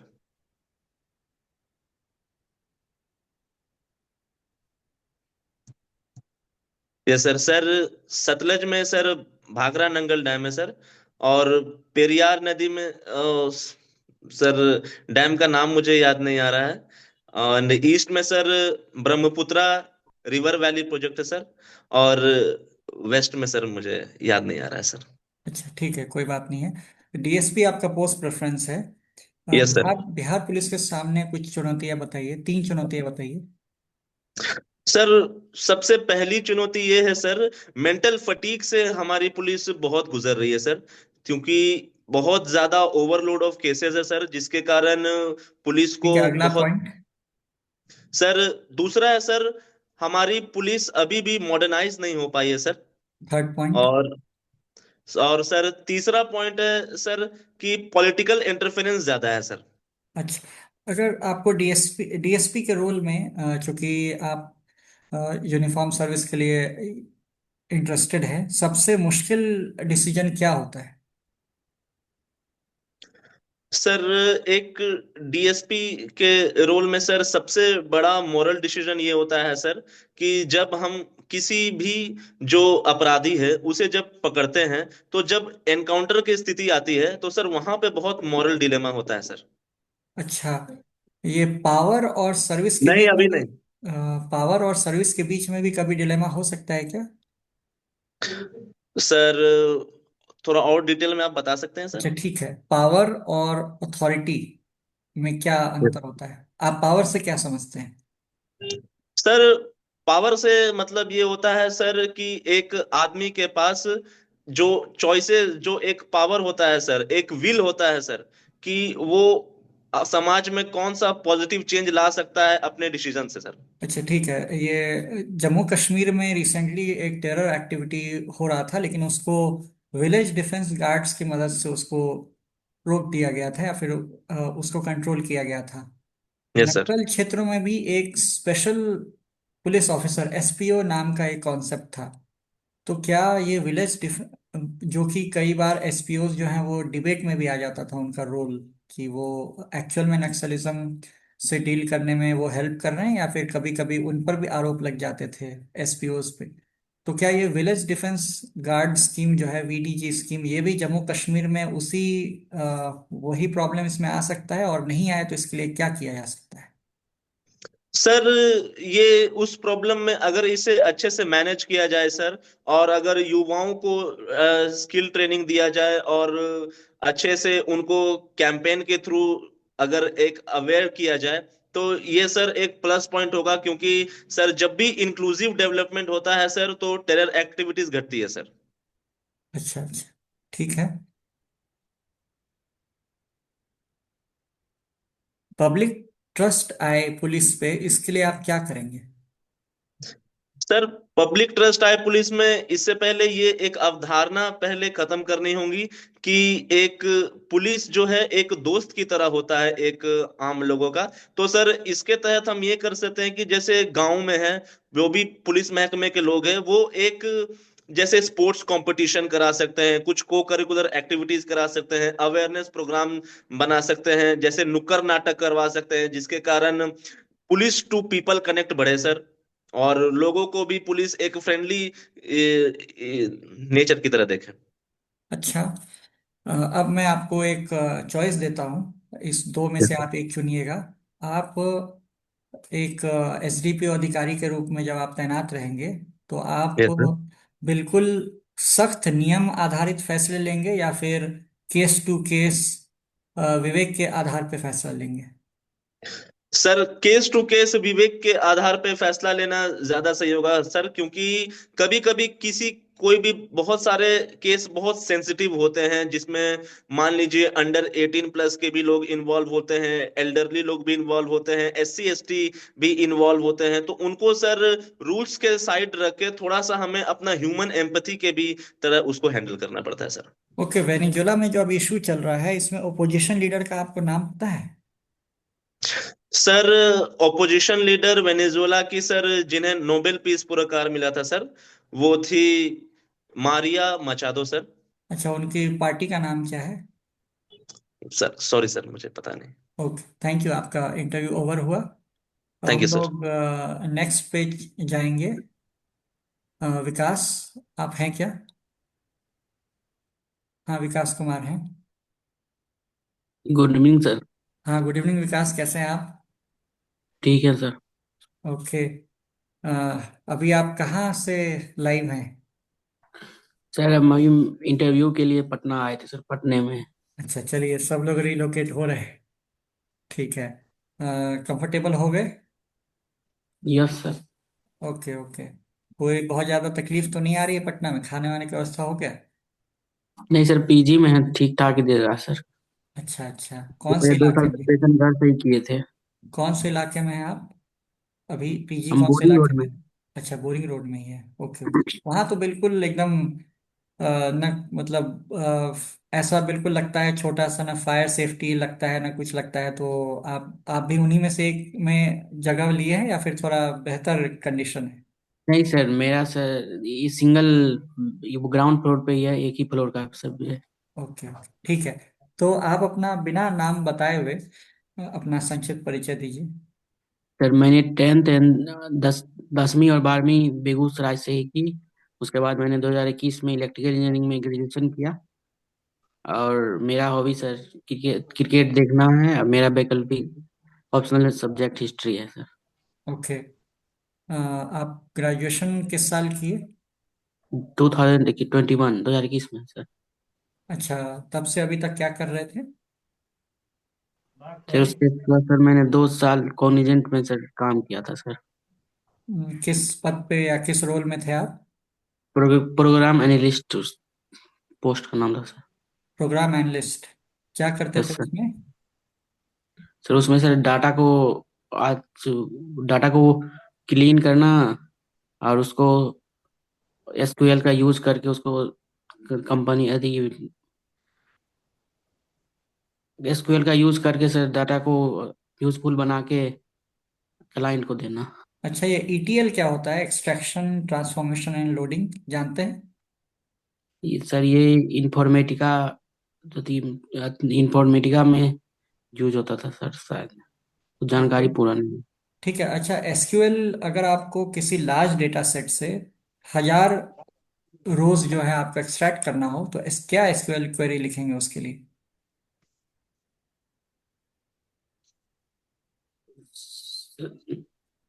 Select star from, sir sir भूल गए सर, याद नहीं नहीं, है। आप अच्छा कर रहे हैं, अच्छा जा रहे हैं। Select star from sir mostly time जो भी डेटा सेट है, जो भी डेटा सेट है वो वेयर लिमिट इज 1000, ठीक है? कुछ इस तरीके से आप कर सकते हैं। ओके। अच्छा, ये सेलेक्ट स्टार के क्या मतलब डिमेरिट्स हैं? मतलब आप कुछ बता सकते हैं? ये परफॉर्मेंस इशू के हिसाब से सेलेक्ट स्टार ज़्यादा मतलब सही है या फिर कॉलम बाय कॉलम एक्सट्रैक्ट करना सही है? कॉलम बाय कॉलम में सर ज्यादा समय लग जाएगा सर शायद। ओके, ठीक है। और आप बता सकते हैं कि आपके कंपनी में डेटा सोर्सेस क्या क्या थे जहाँ से डेटा जनरली आता था? अच्छा, ठीक है, सर छोड़िए। और हमारे शायद ह्यूमन ह्यूमन बॉडी में क्या क्या हमारी ह्यूमन बॉडी के पास क्या क्या डेटा सोर्सेज हैं जिससे ह्यूमन बॉडी डेटा कलेक्ट करती है? Sir brain. डेटा सोर्सेज, ज्ञानेंद्रिय जानते हैं? यह सर 5 का होता है सर। कौन कौन से हैं, गिनाइए। Ear, nose, skin, brain. अच्छा, ठीक है, कोई दिक्कत नहीं है। आप एक बात बताइए कि जब आप ये डेटा एनालिस्ट या फिर प्रोग्राम एनालिस्ट के रोल में थे तो आप नल वैल्यूज को कैसे डील करते थे और आउटलायर से कैसे डील करते थे डेटा क्लीनिंग के वक्त? तो इसका जानकारी सर नहीं है सर। अच्छा, ठीक है, कोई बात मोस्ट नहीं टाइम है। हम बेंच पे ही रहते, उतना आइडिया नहीं है। अच्छा, अच्छा। कोई दिक्कत नहीं है। तो आपकी ट्रेनिंग में जनरली क्या किन बातों का ट्रेनिंग आपको दिया गया था? अच्छा, ठीक है, डेटा एनालिसिस का स्टेप्स बता दीजिए।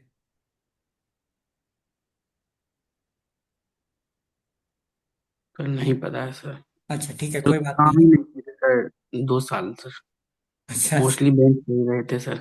ठीक है। आप इलेक्ट्रिकल इंजीनियर हैं, तो इंजीनियरिंग का जो एडमिनिस्ट्रेशन में क्या इस्तेमाल हो सकता है? सर इंजीनियरिंग में सर हमें रिसोर्स का यूज ऑप्टिमाइजेशन यूज कर सकते हैं सर। उसके बाद न्यू न्यू टेक्नोलॉजीज इंटीग्रेशन होता है सर, उसमें हम मदद कर सकते हैं। और ओके। जो इम्प्लीमेंटेशन गैप होगा सर, उसको हम ध्यान रख सकते हैं सर। अच्छा, ये इलेक्ट्रिकल और इलेक्ट्रॉनिक्स में क्या अंतर होता है? इलेक्ट्रिकल सर हाई वोल्टेज पे डील करता है, इलेक्ट्रॉनिक्स सर लो वोल्टेज पे डील करता है। अच्छा, इसमें कोई थ्रेशोल्ड है? मतलब कोई फिगर भी लगभग है क्या? सर इलेक्ट्रॉनिक्स के सर डिवाइसेस सर 9 वोल्ट या 12 वोल्ट पे होते हैं, जबकि इलेक्ट्रिकल में सर अच्छा, ये हाई वोल्टेज फील्ड हाई होता है। वोल्टेज कितना, जो इंडिया में कितना चलता है कुछ? सर 1,32,000 123 1,32,000 और तक। नॉर्मल अप्लायंसेस जो हमारे घर पे चलते हैं वो कितने वोल्ट पे चलते हैं, जो सप्लाई होता है? 220 वोल्ट। ओके। और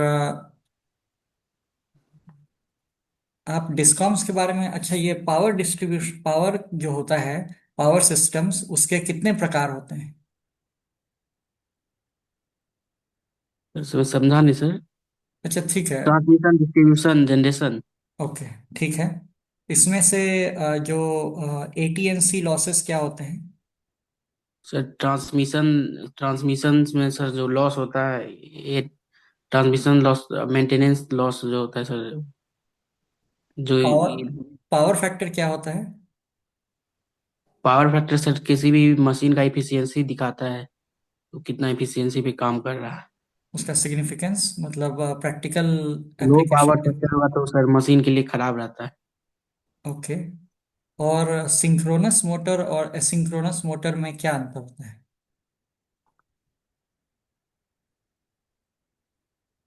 सर हमको सर याद नहीं सर, जानकारी ले लूंगा सर, अभी अच्छा, ये याद नहीं पड़ इंडक्शन रहा। मोटर को ये इंडक्शन मोटर क्यों कहा जाता है, मतलब उसमें कैसे कैसे काम करता है induction motor? Sir induction motor sir induced current से होता है सर, उसमें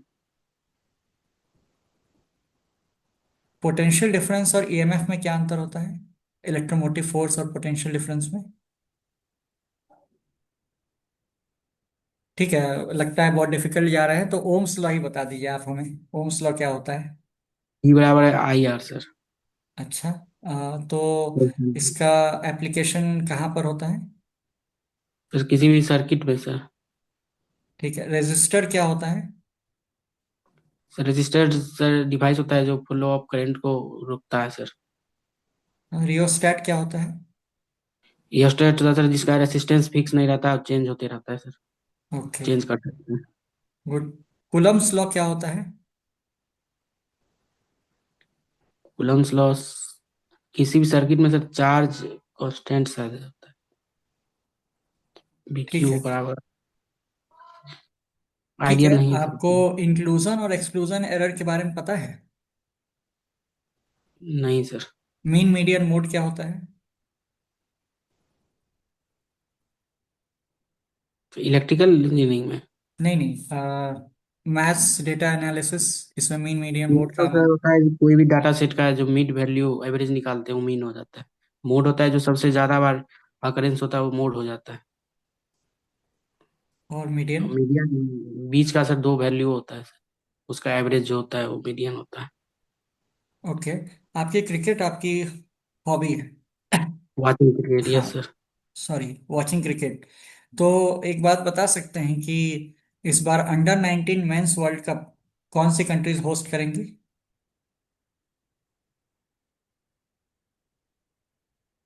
नहीं सर यार नहीं पता, जानकारी ले लूंगा सर। अच्छा ठीक है, अंडर 19 मेंस वर्ल्ड कप के साउथ कैप्टन अफ्रीका में कौन है? है। अभी तो सर साउथ अफ्रीका में हो रहा है, उसके कैप्टन वैभव सूर्यवंशी को बनाया गया। ओके। जो वर्ल्ड कप होगा उसके कौन रहेंगे? आयुष मात्रे करके, आयुष ओके। मात्रे। ये आपने वैभव सूर्यवंशी का नाम लिया, वो किस डिस्ट्रिक्ट से हैं? बस वो समस्तीपुर से। ओके ओके, ठीक है। और आई थिंक ठीक है, करंट अफेयर्स से आप आज के एक नेशनल, एक इंटरनेशनल और एक अ, बिहार का न्यूज़ बता दीजिए। इंटरनेशनल में वही जो अमेरिका जो वेनेजुएला पे हमला किया था उसका था सर न्यूज़। ठीक है। और नेशनल आज का न्यूज पेपर नहीं देख पाए सर। कल का बता दीजिए। नेशनल में वही बीबीजी ग्राम कर का है सर, उसका अभी चल रहा है। बिहार में ठीक है। ये 7 निश्चय 3 के सातों निश्चय बता दीजिए। सर एक पहले दुगुना रोजगार, दुगुनी आय। उसके बाद सर करंट अफेयर सर अभी उतना नहीं हम पढ़े हैं सर, नहीं, पढ़ेंगे सात आपसे। निश्चय 7 निश्चय तो एक हाँ सर, बहुत इंपॉर्टेंट, ये करंट अफेयर्स से ऊपर की चीज है। ठीक है, ये तो आपको याद रहना ही चाहिए। परसों ठीक है। तरसों है सर, अभी तैयारी अभी अच्छा अच्छा, पढ़ेंगे। कोई बात नहीं है। उतना हाँ, तैयारी नहीं है सर अभी। ठीक ठीक, कोई दिक्कत नहीं है। और महिलाओं के लिए 5 स्कीम के नाम बता दीजिए। तो मुख्यमंत्री महिला उद्यमी योजना, मुख्यमंत्री महिला रोजगार योजना, और गर्ल्स स्तर पर सर साइकिल योजना, पोशाक योजना, और जीविका दीदी के लिए सर ये। ओके, ठीक है। आई थिंक हम लोग अभी क्वेश्चंस के लिए 1 मिनट के लिए ओपन करते हैं। कोई और क्वेश्चन पूछना चाहेंगे इनसे? अभी उतना करंट अफेयर प्रिपेयर नहीं है सर, सॉरी सर, अभी उतना जवाब नहीं दे अच्छा, पाएंगे सर। कोई दिक्कत नहीं है, इसीलिए तो मॉक इंटरव्यू रहता है। कोई और कुछ क्वेश्चन पूछना चाहेंगे इनसे? 1 मिनट। सर मेरा एक क्वेश्चन है। हाँ राजीव, पूछिए। सबसे पहले तो happy new year Vikas ji. Same to you Rajiv Ranjan ji. मेरा ये प्रश्न था कि नया साल आ गया है, तो पिछले जो 2025 है उसमें भारत के कोई 5 उपलब्धि बताइए जो कि बहुत ज्यादा बढ़िया थे। सर एक महिला वर्ल्ड कप जीती थी सर,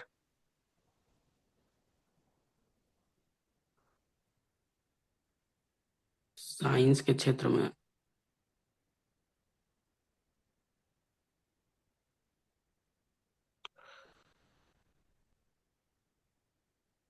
सर ब्लैंक हो गए सर, ये कुछ याद ही नहीं आ रहा है।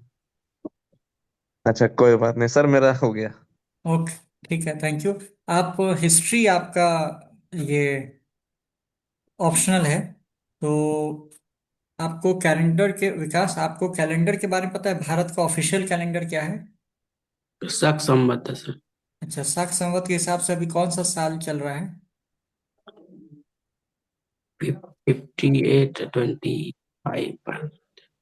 2073 शायद सर। श्योर है? या सर 58 ईयर शायद सर आ गया है सर। अच्छा ठीक है, आप देख लीजिएगा एक बार। हिंदी कैलेंडर के सारे महीनों के नाम बता सकते हैं? सर चैत माघ, बैसाख, पूस, सावन, भादो, आश्विन, कार्तिक, फागुन, माघ ओके, और फागुन। ठीक, ठीक है, थैंक यू। आपका इंटरव्यू ओवर हुआ। Thank you sir. पूरा प्रिपेयर नहीं थे सर अभी, इसलिए धीरे धीरे कर रहे थे सर। कोई बात नहीं है, प्रिपेयर कीजिए, उसी के लिए समय है। और आई थिंक आपका रोल नंबर पीछे की तरफ है क्या? यस सर, मैं 8वां पेज में था सर, 9 पेज का पीडीएफ था, तो मेरा फिर फोर एट। ठीक है, आपको अभी थोड़ा वर्क करने का जरूरत है, लग के कीजिए, 1 महीने रगड़ के कीजिए, ठीक है? ठीक है, थैंक यू सर। हाँ हाँ, ठीक है, प्रैक्टिस भी करते जाइए। और आई थिंक आज के सेशन में एक बहुत ही इम्पोर्टेंट ये था कि यहाँ पे अभी हम लोग जिस तरीके से करवा रहे हैं मॉक इंटरव्यूज, इसका एक पर्पस प्रैक्टिस भी है, ठीक है, ताकि आपको मल्टीपल अपॉर्चुनिटीज मिल जाए प्रैक्टिस करने का। और क्वेश्चंस भी, जो लोग दूसरे का क्वेश्चंस भी सुने हैं, तो उससे भी आपको ये क्वेश्चन कुछ भी अगर आपसे रेलेवेंट है तो वो आपके लिए भी उतना ही इम्पोर्टेंट रहेगा, ठीक है? और रहा सवाल फीडबैक का, तो आई थिंक निवेदिता का ओवरऑल मुझे ठीक रहा है। ठीक है, थोड़ा बहुत बीच में इनफॉर्मल उनका 1-2 जगह पे था, लेकिन उनका काफ़ी इम्प्रूवमेंट है। और दूसरा, अगर हम अभिषेक की बात करें, तो अभिषेक को अभी थोड़ा सा, मतलब ये सॉफ्ट स्किल्स पे थोड़ा सा काम करने की जरूरत है। सॉफ्ट स्किल का मतलब रहता है कि मतलब जैसे कुछ, सॉरी, बात कर रहे हैं तो उस समय बात करते वक्त में अगर आपको कुछ नहीं आ रहा है, या फिर तो हूँ कर देना, या फिर सवाल कुछ पूछ रहे हैं तो मतलब उसमें एक नेचुरल वो आ जा रहा है। लेकिन ठीक है, मतलब अगर आप आंसर दे रहे हैं तो जो इंटरव्यू बोर्ड होता है वो आपके इन कमियों को कभी कभी नजरअंदाज कर देता है, अगर वो देखता है कि आप सही से आंसर दे रहे हैं या फिर आप बहुत इन्वॉल्व हैं इस पूरे प्रोसेस में। तो इसीलिए आपको वो थोड़ा बहुत इनफॉर्मेलिटी पर वर्क करने का थोड़ा सा जरूरत पड़ सकता है, ठीक है? वो वैसे आपका ये आज पहला मॉक इंटरव्यू था, तो इसीलिए उस हिसाब से आपके पास अभी बहुत सारा अपॉर्चुनिटी है इम्प्रूव करने के लिए, ठीक है। उसके बाद राजीव, आपका आपकी जो वॉइस है वो काफ़ी मतलब उसमें एनर्जी है, मतलब इन द सेंस कि उसमें फोर्स भी बहुत अच्छा है और आप यूनिफॉर्म सर्विसेज के लिए इंटरेस्टेड भी हैं। ओवरऑल आपने मतलब जो डीएसपी वगैरह का सवाल था वो सा आपने सही से आंसर किया था।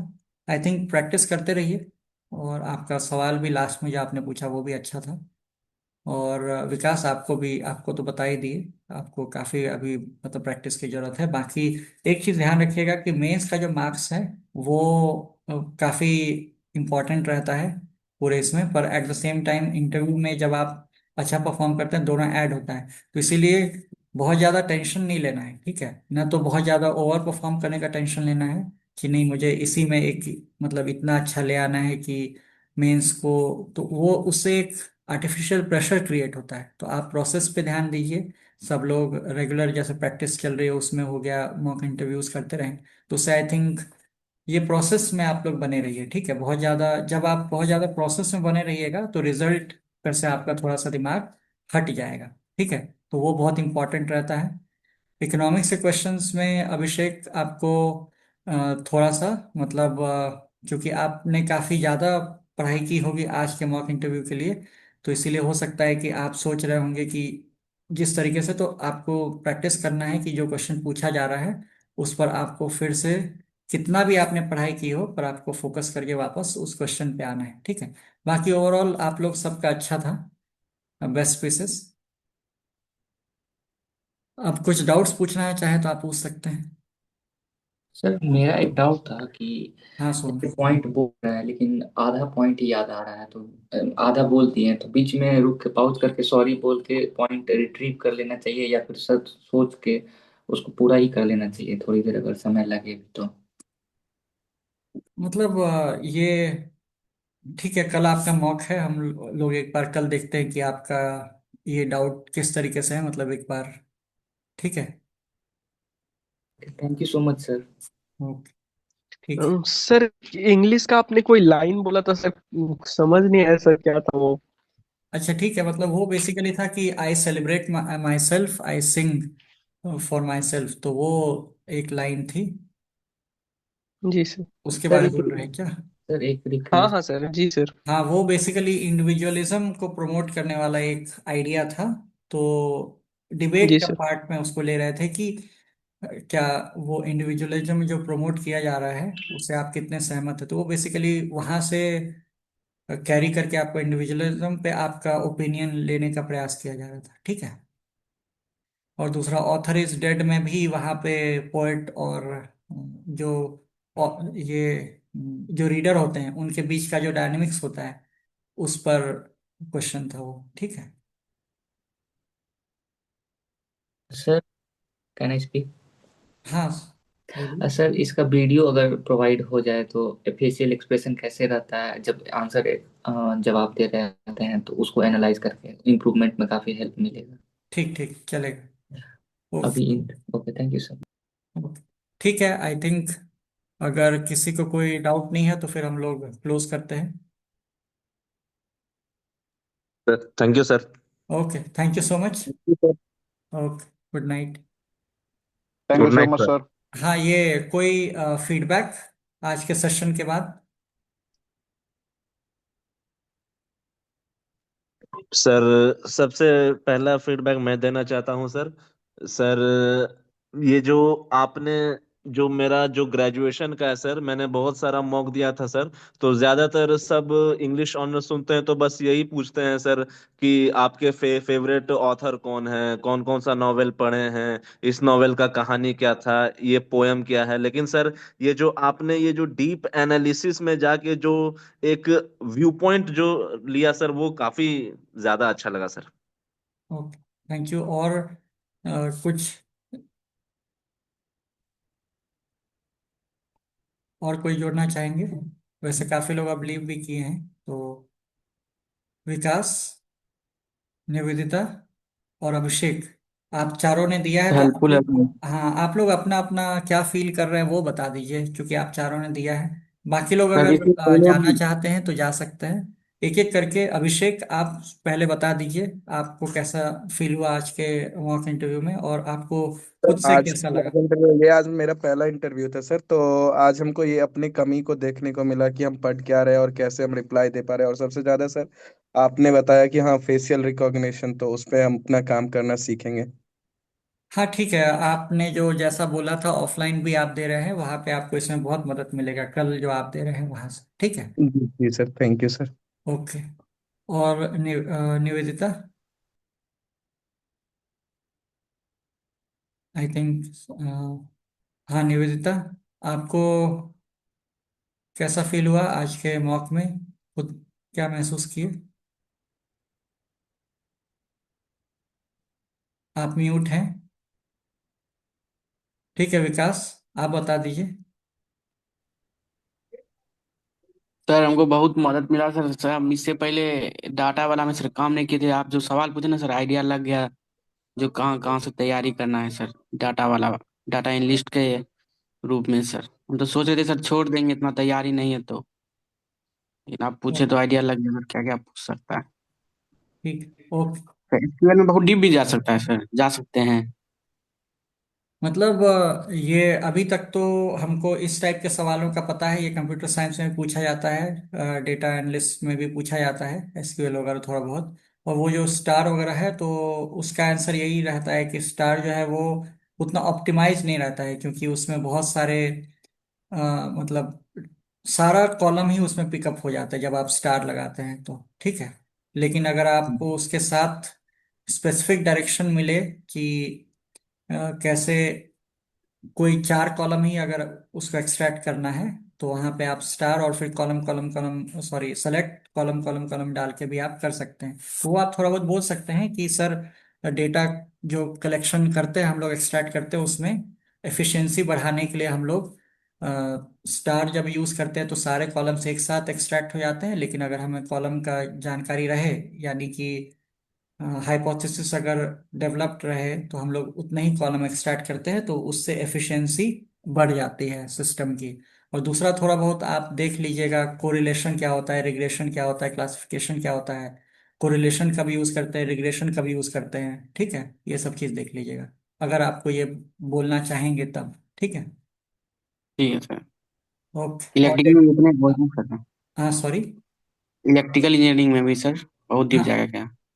नहीं नहीं, जो हम पूछ रहे हैं यही सब पूछते हैं जनरली। ठीक है। और नहीं तो ठीक कई बार डीप नहीं जाते हैं। ठीक है। ठीक है sir, thank you sir. Okay. ठीक है, चलिए फिर, गुड नाइट।